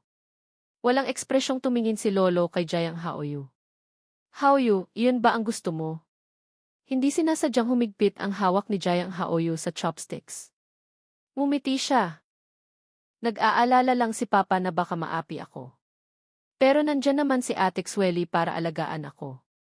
Dapat okay lang na magpatuloy ako sa pagkanta. Isa pa, marami akong fans. Kung bigla na lang akong aalis sa showbiz, hindi iyon responsable sa mga fans ko. Walang emosyong sumagot si Lolo ng T-Disen. Dahil wala ka namang ganyang iniisip, wag na nating pag-usapan pa ang bagay na yan.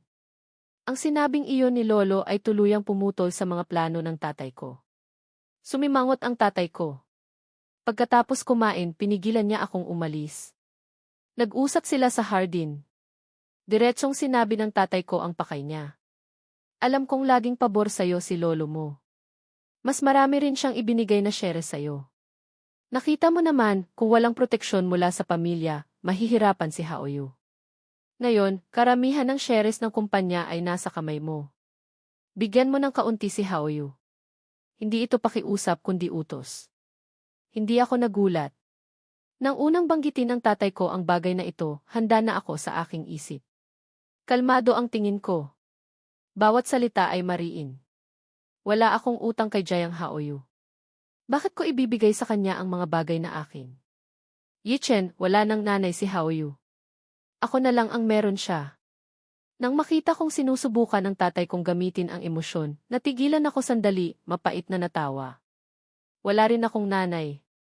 Nakalimutan mo na yata kung paano namatay ang nanay ko, no? Hinding-hindi ko siya mapapatawad. Medyo wala nang magawa ang tatay ko. Mahinang sinabi, kami ng nanay mo ay arranged marriage. Hindi ako magkokomento sa damdamin ng mga magulang. Kalmado kong sinabi, may sarili kayong desisyon. May sarili rin akong paraan ng pagharap sa mga bagay-bagay. Matigas ang tingin ng tatay ko. Ang tono niya ay hindi maganda. Ganyan mo ba siya kamuhian? Kapatid mo siya. Dapat lang nabigyan mo siya ng kaunting ari-arian. Mahina akong natawa. Nakarelax akong sumandal sa poste ng ilaw. Ang aking malalalim na mata ay may bahid ng pang-uyam. May ari-arian ka rin naman. Kung talagang naaawa ka di. Pwede mong ibigay sa kanya ang shares mo. Wala akong tutol. Nang marinig iyon, naging seryoso ang tono ng tatay ko. Jayang Yichen, ngayon, hindi mo na ako pinapakinggan, di ba? Malamig ang ekspresyon ko. Ayokong tuluyang masira ang huling natitirang respeto. Kung magpapatuloy kayo, pag-isipan nyo ang kahihinatnan. Ang sinabi kong iyon ay may malubhang banta. Narinig ito ng tatay ko. Medyo malamig ang tingin niya sa akin. Yichen, ngayon, kinakausap kita bilang ama mo. Kung ayaw mo, bukas pagbalik mo sa kumpanya, sa harap ng mga shareholders, hindi na ganito kaganda ang tono ko. Malinaw din ang ibig sabihin ng tatay ko. Ibigay mo sa akin ngayong gabi o bukas, sa harap ng lahat, ibibigay mo pa rin. Kinabukasan, pagdating ko sa kumpanya, nagmamadaling ibinigay sa akin ni Assistant Liu ang mga dokumento para sa meeting. Nag-aalangan siyang magsalita, balisa ang kanyang mga mata. Sinulyapan ko ang mga dokumento. Napansin ko ang kaba sa kanyang mga mata at nagtanong, may iba pa ba? Nag-aalalang sinabi ni Assistant Liu, Boss Jiang, kaninang umaga pagdating ko, nakita ko si Manager Jiang nakasama ang ilang ibang managers, nagmi-meeting. Parang pinag-uusapan nila ang tungkol sa inyo. Tinaasan ko siya ng kilay, umiti at tumayo. Kung may sundalong darating, haharangin ko. Kung may tubig na dadaloy, gagamitin ko ng lupa para harangan. Ano ang ikinatatakot ko? Pagpasok sa meeting room, biglang tumahimik ang ilang matatandang kasamahan. Agad na naging tahimik ang atmosfera. Inutusan ko ang assistant na mag-report. Pagkatapos, nagtanong ako, may mga opinion ba kayo? Unang nagsalita ang tatay ko, Boss Jiang, yung lupa sa Chengdu, hindi ba't napag-usapan na nating makikipagtulungan tayo sa Hailin? Bakit biglang ibibigay kay Xia Sining? Ang relasyon namin ni Xia Sining, alam ng lahat ng naroroon. Malamig kong tiningnan ang tatay ko na unang naghamon. Bumiti ako at sinabi, hindi ba alam ni Manager Jiang? Kamakailan lang, nagkaroon ng iskandalo ang Hailin. Ang ganito kalaking proyekto sa silangang bahagi ng lungsod, hindi angkop na ibigay sa Hailin. Hindi rin naman angkop na ibigay sa Qinghe. Pero ang Qinghe ni Xia Sining ay nagbigay sa atin ng 8% na rebate. Isang salita ko lang, napatahimik ko ang lahat ng naroroon. Isa pa, ang kooperasyong ito ay nakuha ng Qinghe sa pamamagitan ng patas na bidding. Malamig kong sinulyapan ang mukha ng lahat. Walang posibilidad na mababago pa ito. Kung wala kayong ibang opinyon, tapos na ang meeting natin ngayon. Diretso kong sinabi iyon at akmang aalis na. Pero biglang tumayo ang tatay ko. Alam niya kung ano ang kahihinatnan ng pagtayo niya. Pero ayaw niya ring maagrabyado si Jiang Haoyu. Malalim na tinitigan ng tatay ko ang likod ko. Malamig niyang sinabi, Boss Jiang, masyado ka pang bata. Masyadong mapusok ang iyong mga desisyon. Dapat ka pang magsanay. Kami ng ilang shareholders ay nagkakaisa. Kailangan mong maglabas ng kaunting shares. Sa ganitong paraan lang magkakaroon ng balanse ng kapangyarihan. Humigpit ang hawak ko sa aking gilid. Sobrang sakit ng mga mata ko. Pareho kaming anak. Pero para kay Jiang Haoyu, nagawa ng tatay kong pilitin akong maglabas ng shares sa harap ng publiko. Bakit ang lahat ng pinaghirapan ko ay basta na lang ibibigay sa iba? Tahimik ako ng ilang segundo. Lumingon ako, wala nang anumang emosyon sa aking mga mata.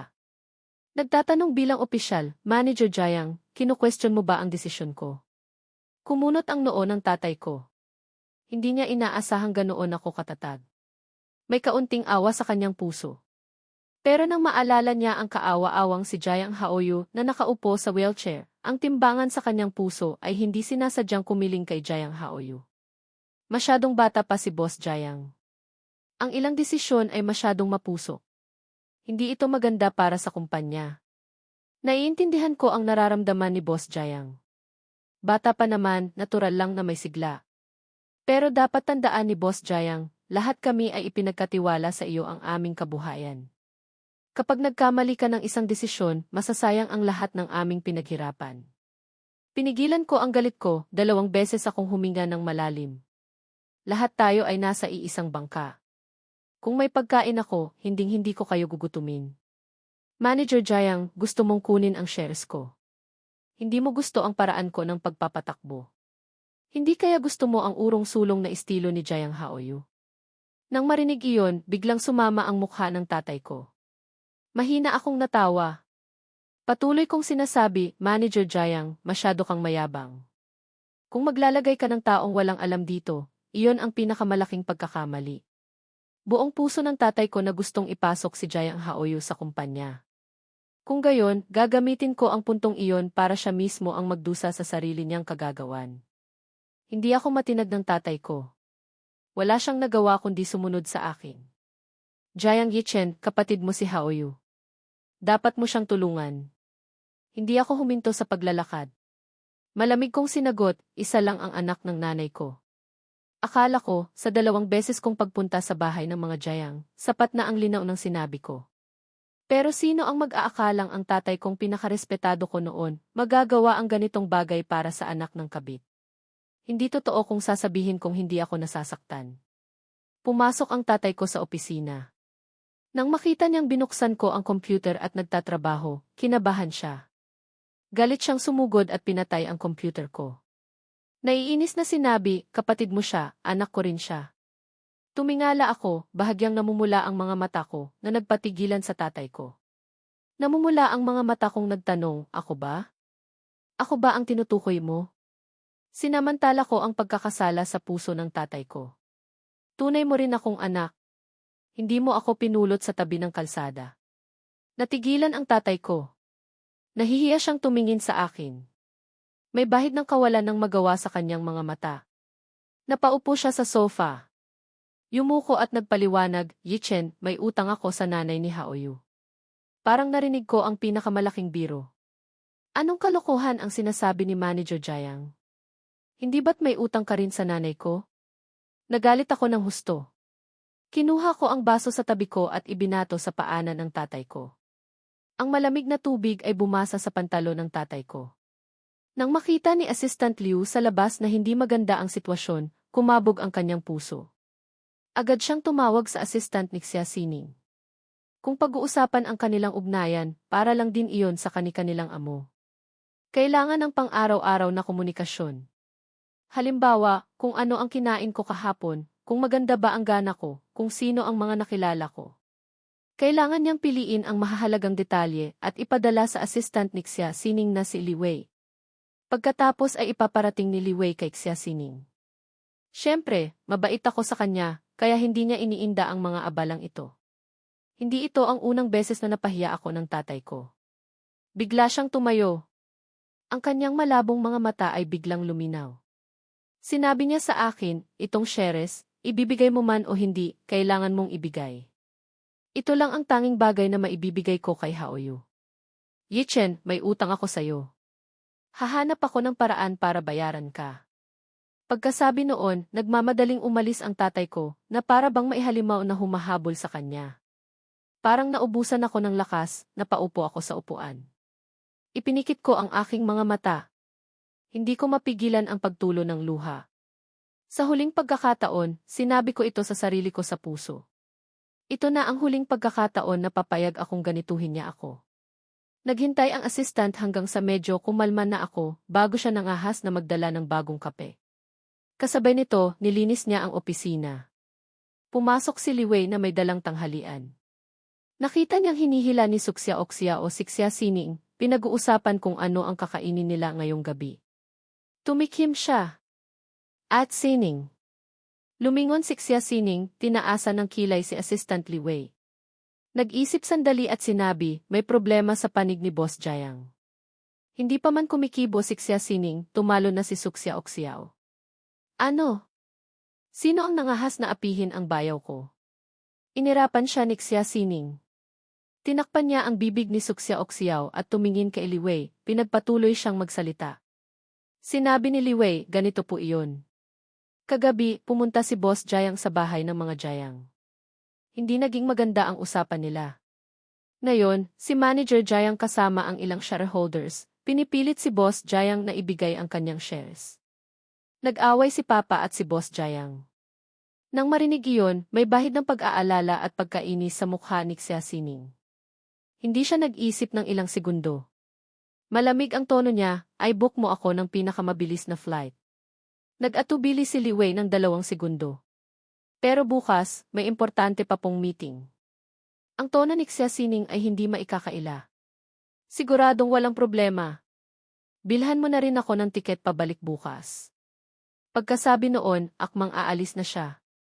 Hindi ko alam na pauwi na pala si Xia Sining.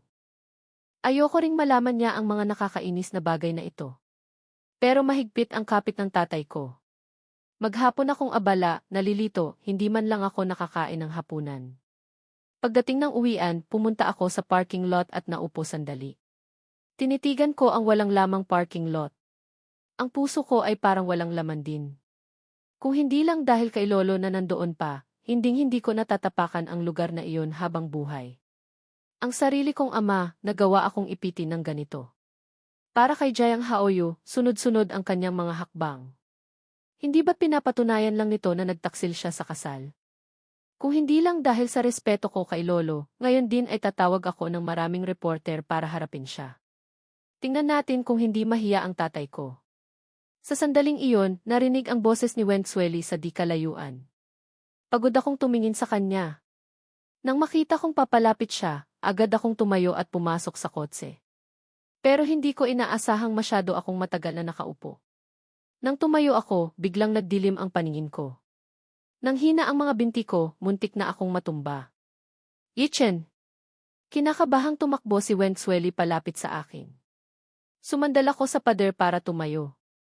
Mahigpit kong sinabi, huwag kang lumapit.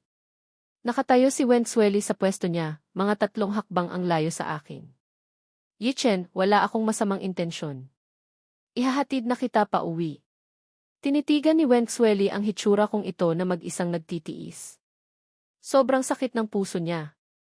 Sumandal ako sa pader, humihingal. Hindi ko pinansin si Wenzueli.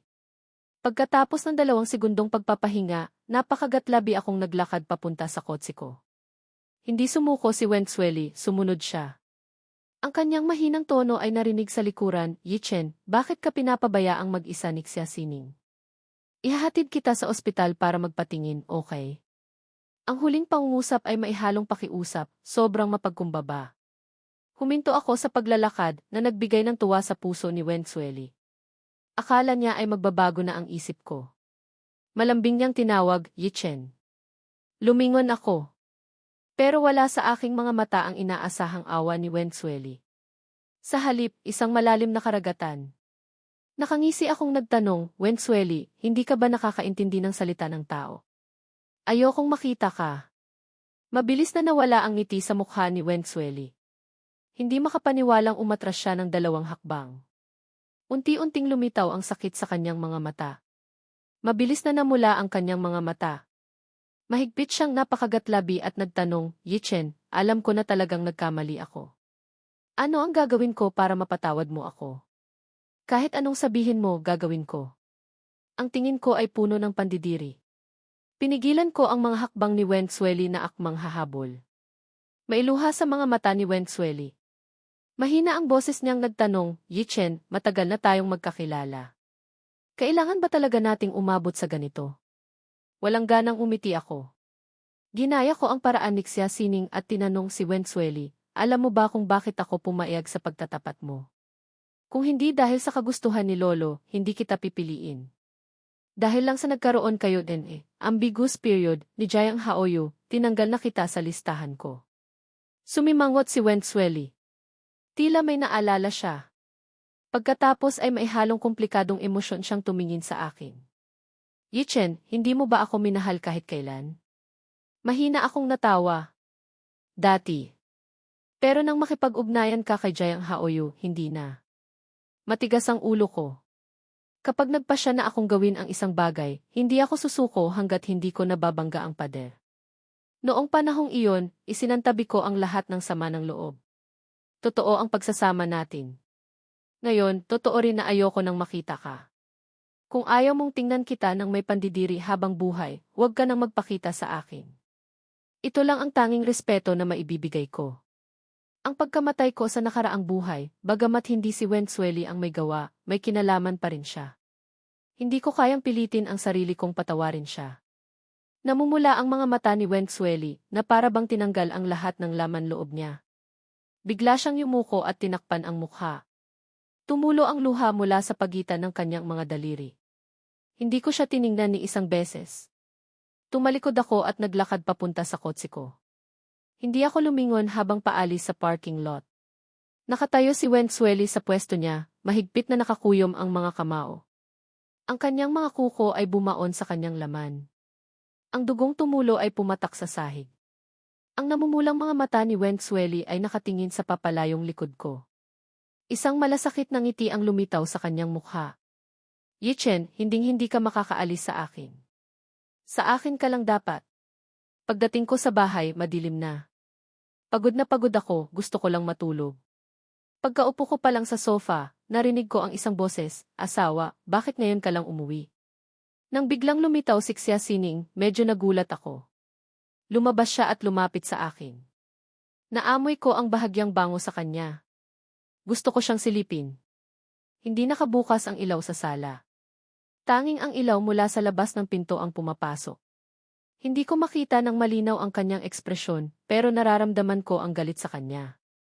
Mahina akong nagtanong, "Bakit ka bumalik? Hindi ba't matagal ka pa dapat sa business trip?" Itinaas ni Xia Sining ang kamay at hinaplos ang pisngi ko. Mahinang sinabi, "Natatakot akong baka maapi ka, kaya bumalik ako para tingnan ka." Kung pakikinggan mong mabuti, maririnig mo ang bahagyang pag-aalala sa kanyang tono. Hindi na nagsalita si Xia Sining. Umupo siya sa tabi ko. Tahimik niyang inilahad ang mga kamay at niyakap ako. Ang dating iritableng kalooban ko dahil kina Papa at Wensueli, nawala dahil kay Xia Sining. Nakangiti akong tumingin sa kanya. "Bumalik ka agad, hindi ka pa kumakain, di ba? Anong gusto mong kainin ngayong gabi?" Isang ngiti ko lang, napapawi na ang pagod ni Xia Sining. Ilang araw lang akong nawala, pero parang ilang taon na siyang nawala sa akin. Ang pakiramdam na iyon na parang nawala at natagpuan muli, tapos natatakot na mawala ulit, sobrang hirap. Napalunok si Xia Sining. Ang kanyang tingin ay malalim. Bigla siyang nagtanong, "Pwede bang ikaw?" Natigilan ako.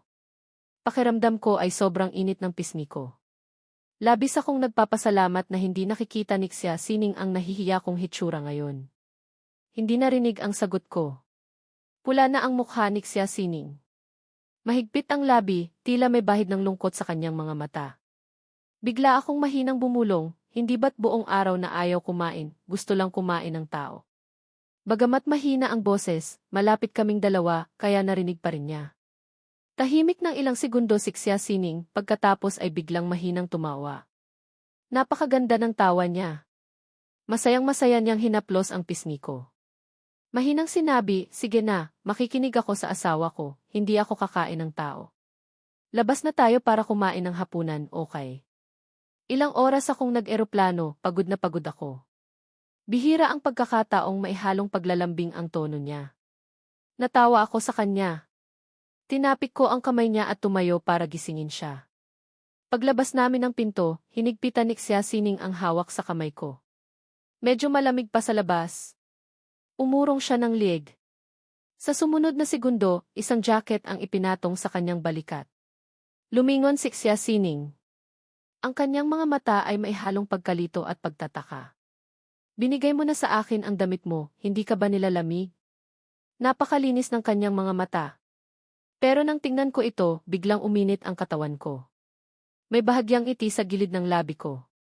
"Babae ka, mas mahina ang katawan mo." Habang nagsasalita, napunta ang tingin ko sa kanyang mga binti. Tinaasan ko siya ng kilay.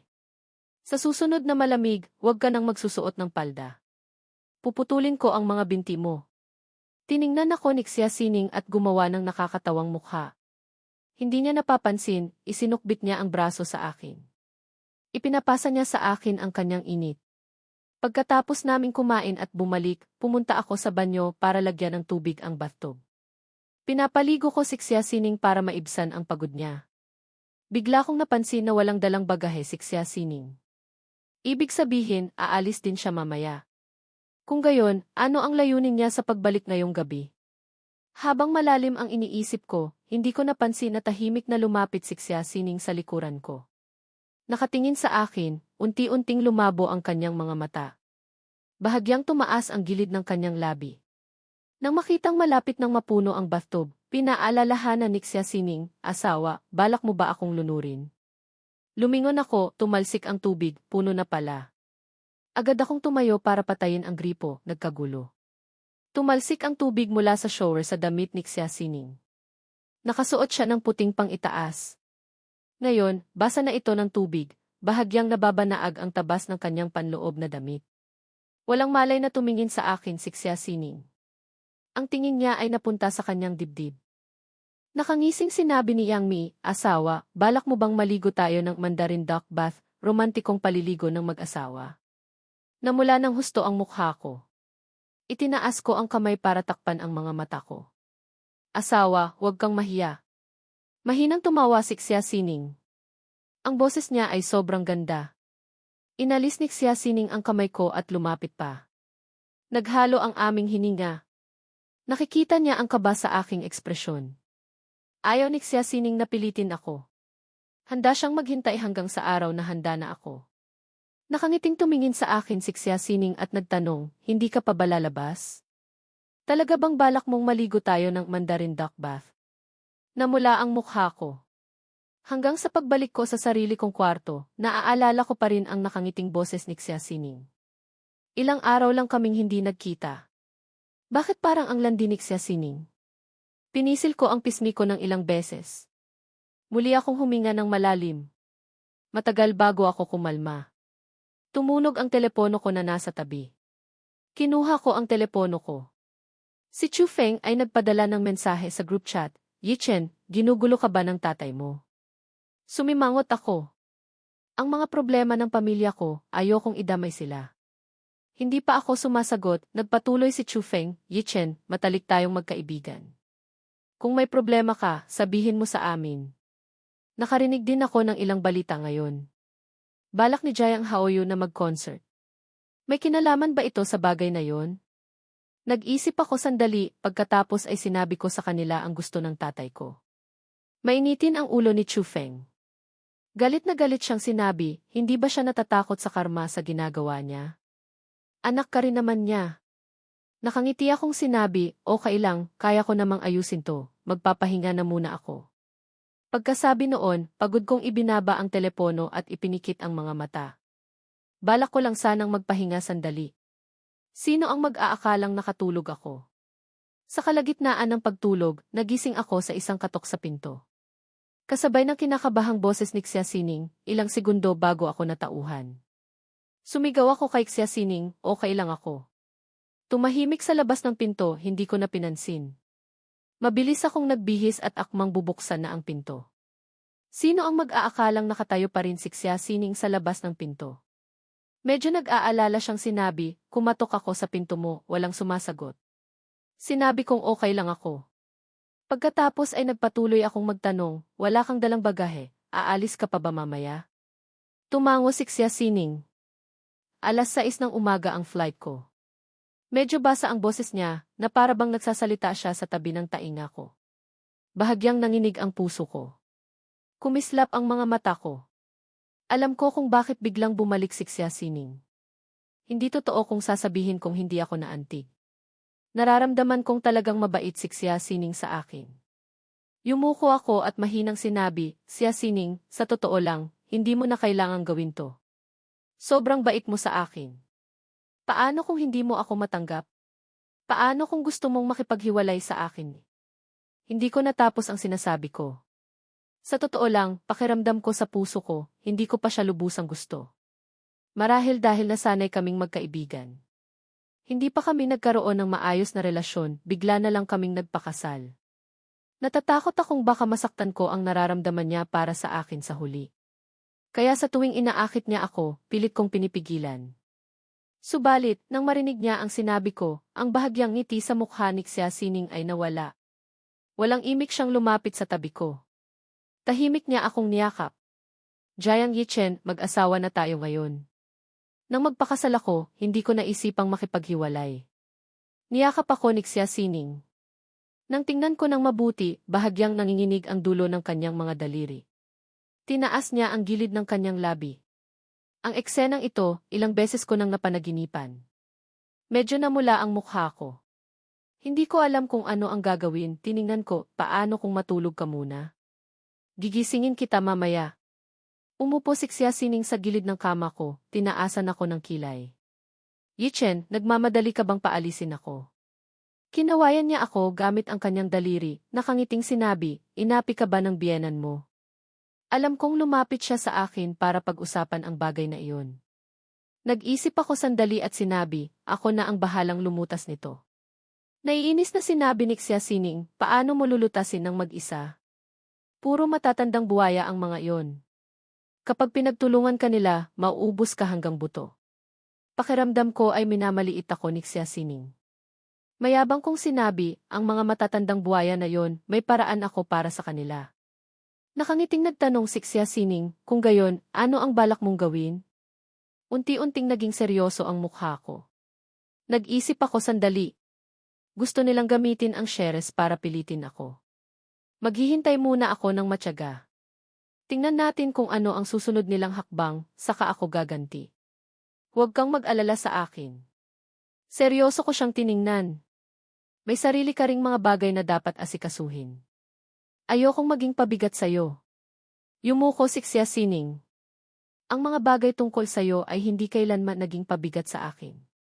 Ayaw ni Xia Sining na ganoon ako kapormal sa kanya.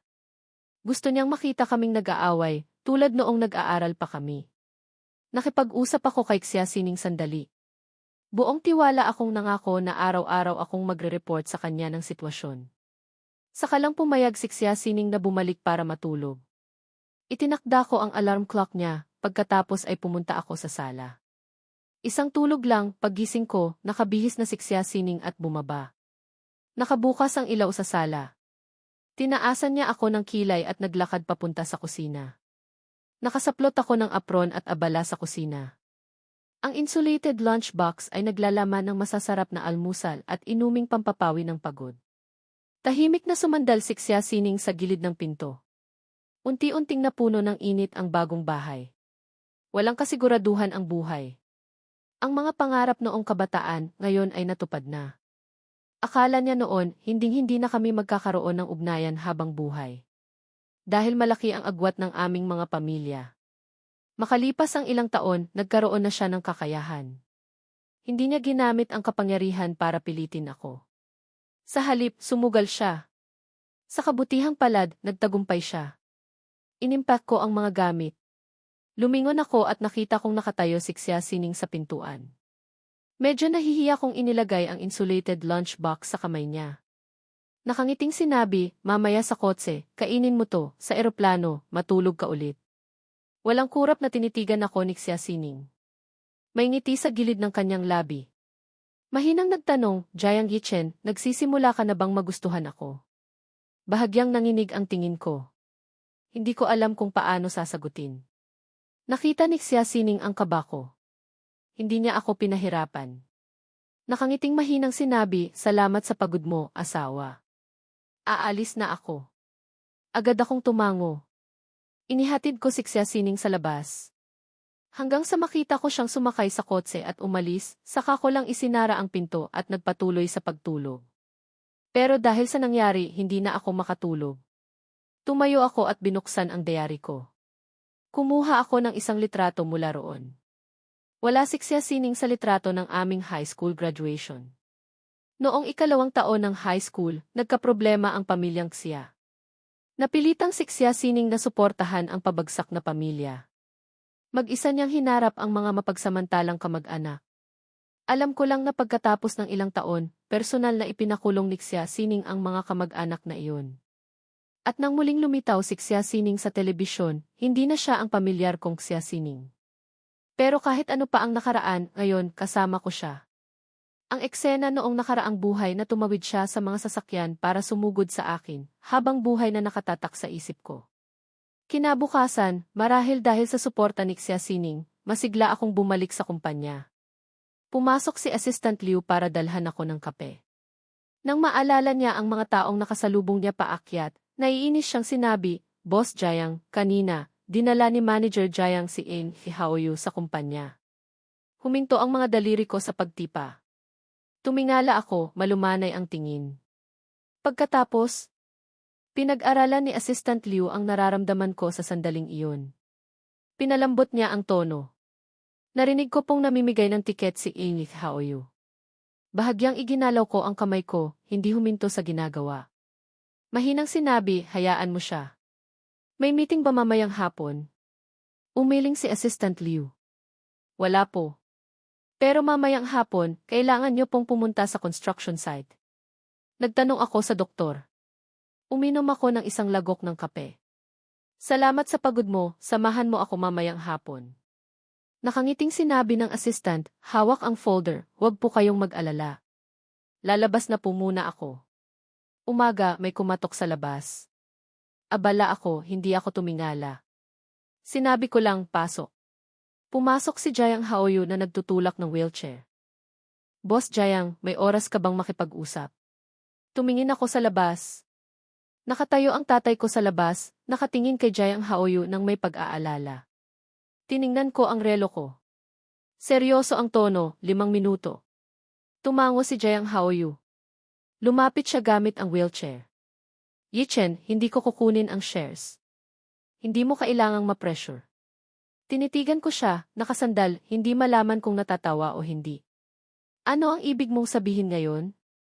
Pumunta ka rito para lang sabihin sa akin na ayaw mo ng shares. Jayang Haoyu, ang galing mong maglaro ng ganitong laro. Kung talagang ayaw mo, bakit hindi mo sabihin sa nasa labas? Uminom ako ng isang lagok ng kape. Hindi ko pinansin si Jayang Haoyu. Wala naman talaga akong balak na ibigay sa'yo. Nagbago ang ekspresyon ni Jayang Haoyu. Yichen, hindi mo kailangan ganyan kalaki ang galit mo sa akin. Wala akong balak na pamunuan ang kumpanya. Huminto siya sandali. Nagpatuloy, balak kong mag-retire na pagkatapos ng concert na ito. Maghahanda na ako para sa kasal. Hindi niya sinabi kung kanino siya ikakasal. Pero alam naming dalawa. Mahigpit na tinitigan ni Jayang Haoyu ang ekspresyon ko. Ayaw niyang makaligtaan ang anumang emosyon sa mukha ko. Pero hindi ko siya pinagbigyan. Tahimik akong nagpatuloy sa trabaho. Sa kalagitnaan, sumagot pa ako ng telepono. Sa huli, saka lang ako tumingala kay Jayang Haoyu at sinabi, ang mga bagay tungkol sa'yo, hindi mo na kailangang sabihin sa akin. Wala akong interes. May gagawin pa ako. Pwede ka nang umalis? Ang pakikitungo ko ay hindi masasabing maganda. Pero hindi rin naman masama. Sa harap ni Jayang Haoyu, pilit kong kinokontrol ang aking emosyon. Bahagyang gumalaw ang mga labi ni Jayang Haoyu. Bago siya lumabas ng pinto, bigla siyang lumingon at nagtanong, Jayang Yichen, hindi mo ba talaga gusto si Wen Xueli? Nitong mga nakaraang araw, laging sumusunod si Jayang Haoyu kay Wen Xueli. Nakikita niya kung paano siya mula sa isang masiglang dalaga ay naging isang babaeng gabi-gabing nalalasing. Nakita pa niya mismo si Wen Xueli na umiiyak sa ibaba ng apartment ni Jayang Yichen. Hindi totoo kung sasabihin niyang hindi siya naiinggit. Matagal na niyang gusto si Wen Xueli. Ang dating ambiguous na pangyayari ay siya rin ang maingat na nagplano. Walang iba kundi para paalisin ako. Pero nang malaman ni Wen Xueli, hindi siya lumingon at pumunta sa akin. Hindi niya kailanman naging pag-aari si Wen Xueli. Pero hindi siya nagsisisi. Hindi ba't si Jayang Yichen ngayon ay desidido nang hindi bumalik? Basta't sapat ang kanyang katapangan, may paraan siya para makuha si Wen Xueli. Sinabi ko, may halong pang-uyam sa aking mga mata, huwag mo akong subukan dito. Tapos na kami ni Wen Xueli. Nang mabisto ko ang kanyang intensyon, bahagyang namutla ang mukha ni Jayang Haoyu. Pilit siyang umiti at tumalikod para umalis. Sa kabilang banda, nang makita ng tatay ko si Jayang Haoyu na lumabas na hindi maganda ang mukha, kumunot ang noo niya. Lumapit siya at itinulak ang wheelchair ni Jayang Haoyu. Mahinang nagtanong, Haoyu, inapi ka ba ni Jayang Yichen? Umiling si Jayang Haoyu, humihikbi. Wala po. Papa, ayoko na po ng shares. Huwag na po kayong pumunta kay Jayang Yichen. Medyo nagalit ang tatay ko. Sa puso niya, sinisisi niya ako. Sinabi na niya sa akin na huwag kong apihin si Jayang Haoyu. Pero bakit hindi ako nakikinig? Ano ang sinabi sa'yo ni Jayang Yichen? Nang marinig iyon, dire-diretsong tumulo ang luha ni Jayang Haoyu. Namumula ang mga mata niyang sinabi, Papa, gusto kong makita si Wen Xueli. Seryoso ang mukha ng tatay ko. Haoyu, ang hitsura mo ngayon ay hindi angkop para makipagkita sa kanya. Sa madaling salita, ayaw siyang makita ni Wen Xueli. Alam din ni Jayang Haoyu. Nitong mga nakaraang araw, nangangahas lang siyang tahimik na sumunod sa likuran ni Wen Xueli. Naramdaman ng tatay ko na may utang siya sa kanya. Nang malungkot siya, lumambot ang puso ng tatay ko. Sige, dadalhin ka ni Papa para makita siya. Sa kabilang banda, pagkatapos ng meeting, bumalik si Xia Sining sa hotel. Nang makita siyang pumasok ni Suxia Oxiao, itinulak niya ang paa. Ang tao kasama ang upuan ay lumutang papunta sa tabi ni Xia Sining. Tinitigan niya ang pagod na mga mata ni Xia Sining, nakangiting ng asar, mukhang matindi ang labanan kagabi. Pagkasabi noon, nakatanggap siya ng isang irap mula kay Xia Sining. Hindi natatakot mamatay si Suksya Oxiao, lumapit pa siya kay Xia Sining. Mahinang sinabi, Sining, ilang taon na tayong matalik na magkaibigan. Ngayon lang kita nakitang ganito ka-tense sa isang lalaki. Talaga bang nahulog na ang loob mo kay Jiang Yichen? Pakiramdam ni Xia Sining ay nagsasabi siya ng kalokohan. Sumagot siya, mukha ba akong malandi? Hindi nagsalita si Suksya Oxiao. Sa kanilang grupo, si Xia Sining ang pinaka-inosente. Kahit ang tapat na si Wen Xueli ay nagkaroon na ng ilang boyfriend. Kawawang si Xia Sining, mahigit 20 taon na, single pa rin. Nagtataka lang ako. Kagabi, nagmamadali kang bumalik. Naantig ba si Ichen? Nang marinig iyon, medyo nalungkot si Xia Sining. Naantig? Ni isang halikwala. Nang maisip ito, tumingin si Xia Sining kay Li Wei. Ang mabait kong biyanan, naghanap ba ng gulo ngayon? Sinikap ni Li Wei na sabihin ang mga bagay na gusto niyang marinig. Pumunta po. Pero nang lumabas si Jiang Haoyu sa opisina ni Boss Jiang, napakasama po ng mukha niya.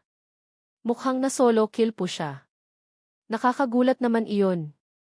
Nanlaki ang mga mata ni Suksya Oxiao, nagtataka. Hindi pwede. Mukhang mabait naman si Jiang Yichen. Naiinis na sinulyapan ni Xia Sining si Suksya Oxiao.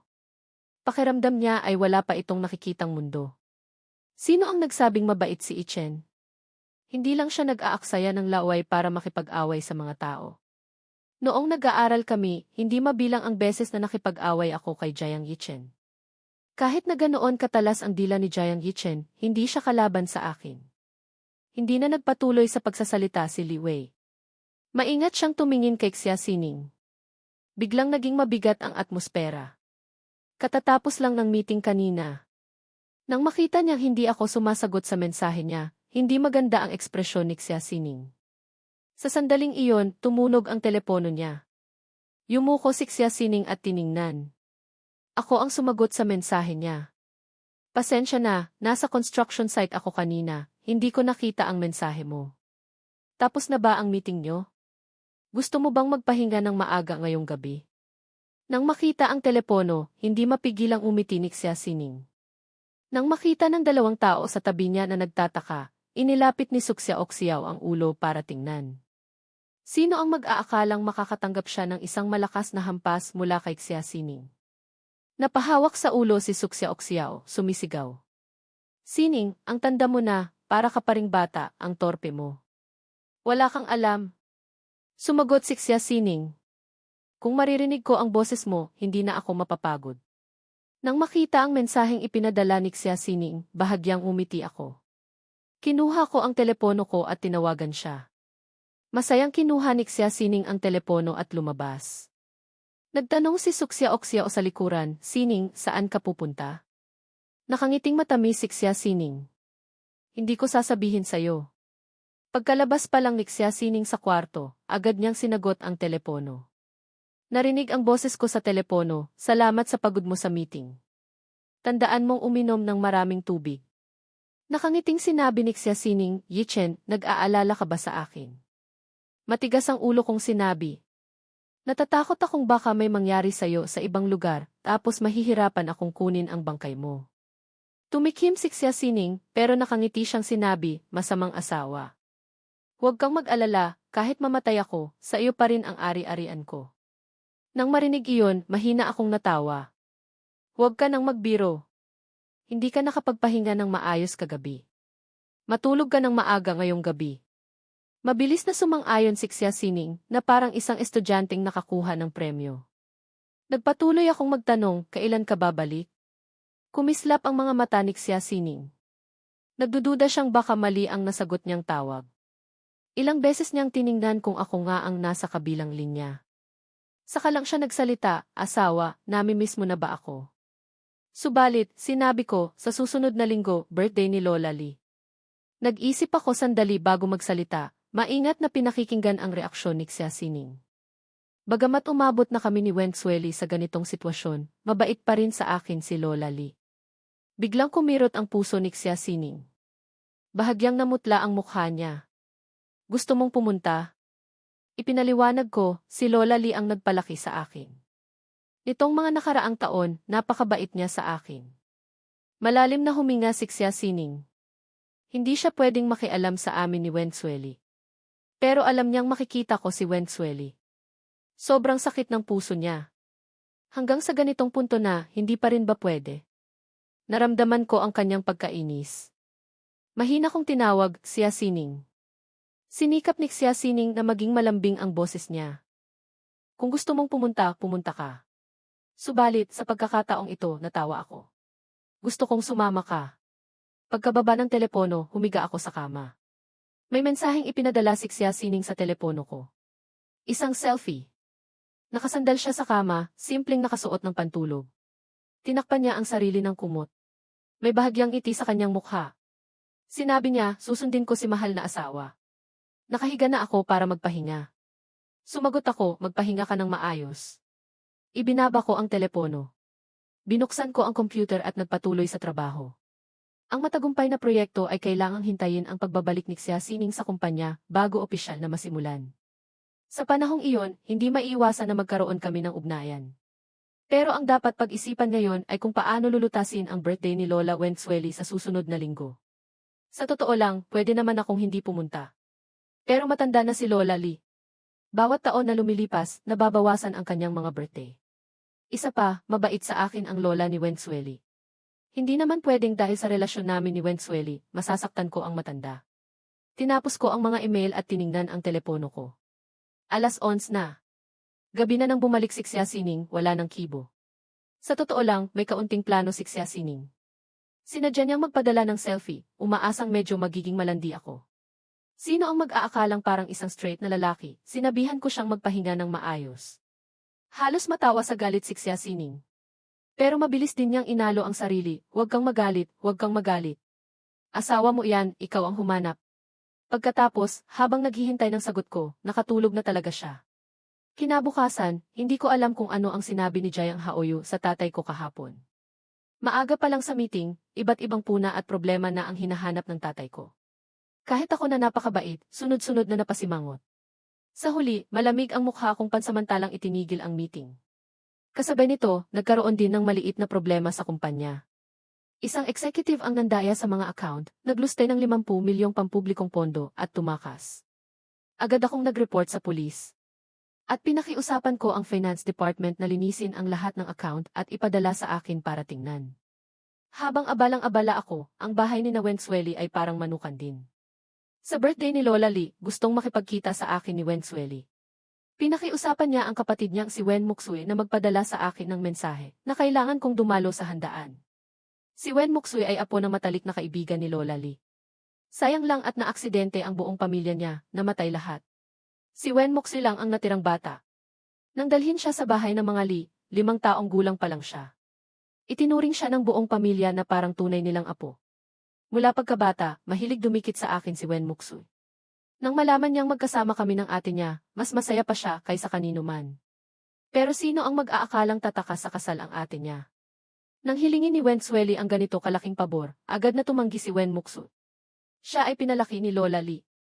Maayos ang kanyang pag-ugali, maayos din ang kanyang pananaw sa buhay. Tinitigan niya si Wenzueli, nalulungkot at nainis. May halong sarkasmo siyang sinabi, ate, kasal na si Ichen. Bakit mo pa siya guguluhin ngayon? Noong iniwan mo si Kuya Ichen para puntahan si Jayang Haoyu, bakit hindi mo naisip kung paano haharapin ni Kuya Ichen ang mga tsismis? Ngayon, nagpapanggap kang tapat, ano yan? Nakakadiri talaga. Hindi inaasahan ni Wenzueli na isang araw, sasabihan siya ng sarili niyang kapatid na nakakadiri. Hindi maganda ang pakiramdam niya. May bahid ng sakit sa kanyang mga mata. Xia Oxue, tulungan mo na lang si ate sa huling pagkakataon, okay? Narinig kong nitong mga nakaraang araw, parang may problema si Ichen. Nag-aalala ako. Gumamit ako ng dummy account para magpadala sa kanya ng mensahe, pero nalaman niya pa rin ang dummy account ko. Agad niyang dinelete. Tinatawagan ko siya, pero hindi niya sinasagot. Gusto ko lang talaga siyang tulungan. Pagkasabi noon, nagmamakaawang tumingin si Wenzueli kay Wen Muxue. Hindi niya naisip na gagawin ko ang mga bagay ng ganito kagrabe. Ngayon, hindi niya masabi kung gaano siya kalungkot. Walang masabi si Wen Muxue habang nakatingin kay Wenzueli. Naaawa siya at naiinis. Mukhang nahihirapang sinabi ni Wen Muksui, "Ate, pareho tayong pinalaki ni Lola. Bakit magkaiba ang ugali natin?" Sa totoo lang, itong urong-sulong mong ugali, hindi ko rin gusto. Huwag mo nang ikumpara kay Xia Sining. Hindi kanya kalaban. Ngayon, kasal na si Kuya Ichen, naiintindihan mo ba? Sa batas, asawa na niya si Xia Sining ngayon, hindi ikaw si Wen Xueli. Napalunok si Wen Xueli.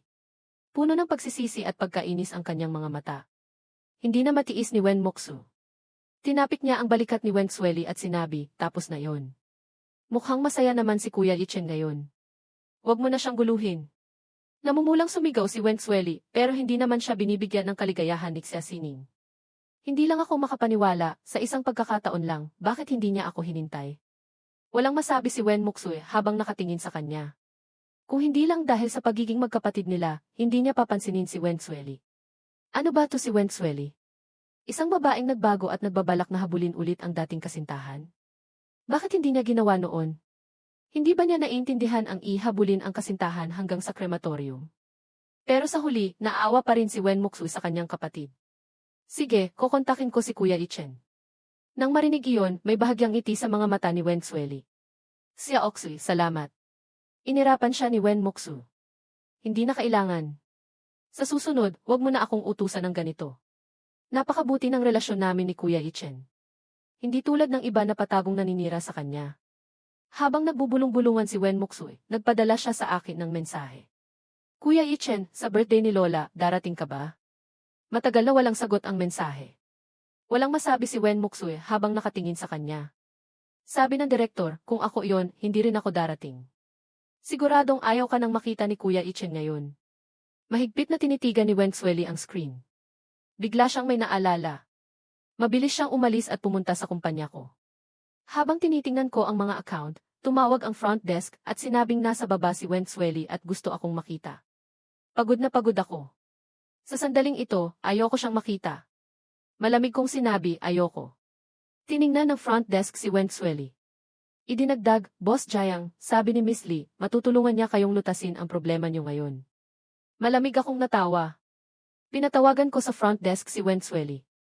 How you? Unang salita pa lang ni Wen Xueli, ang boses niya ay malambing at kaakit-akit tulad ng dati.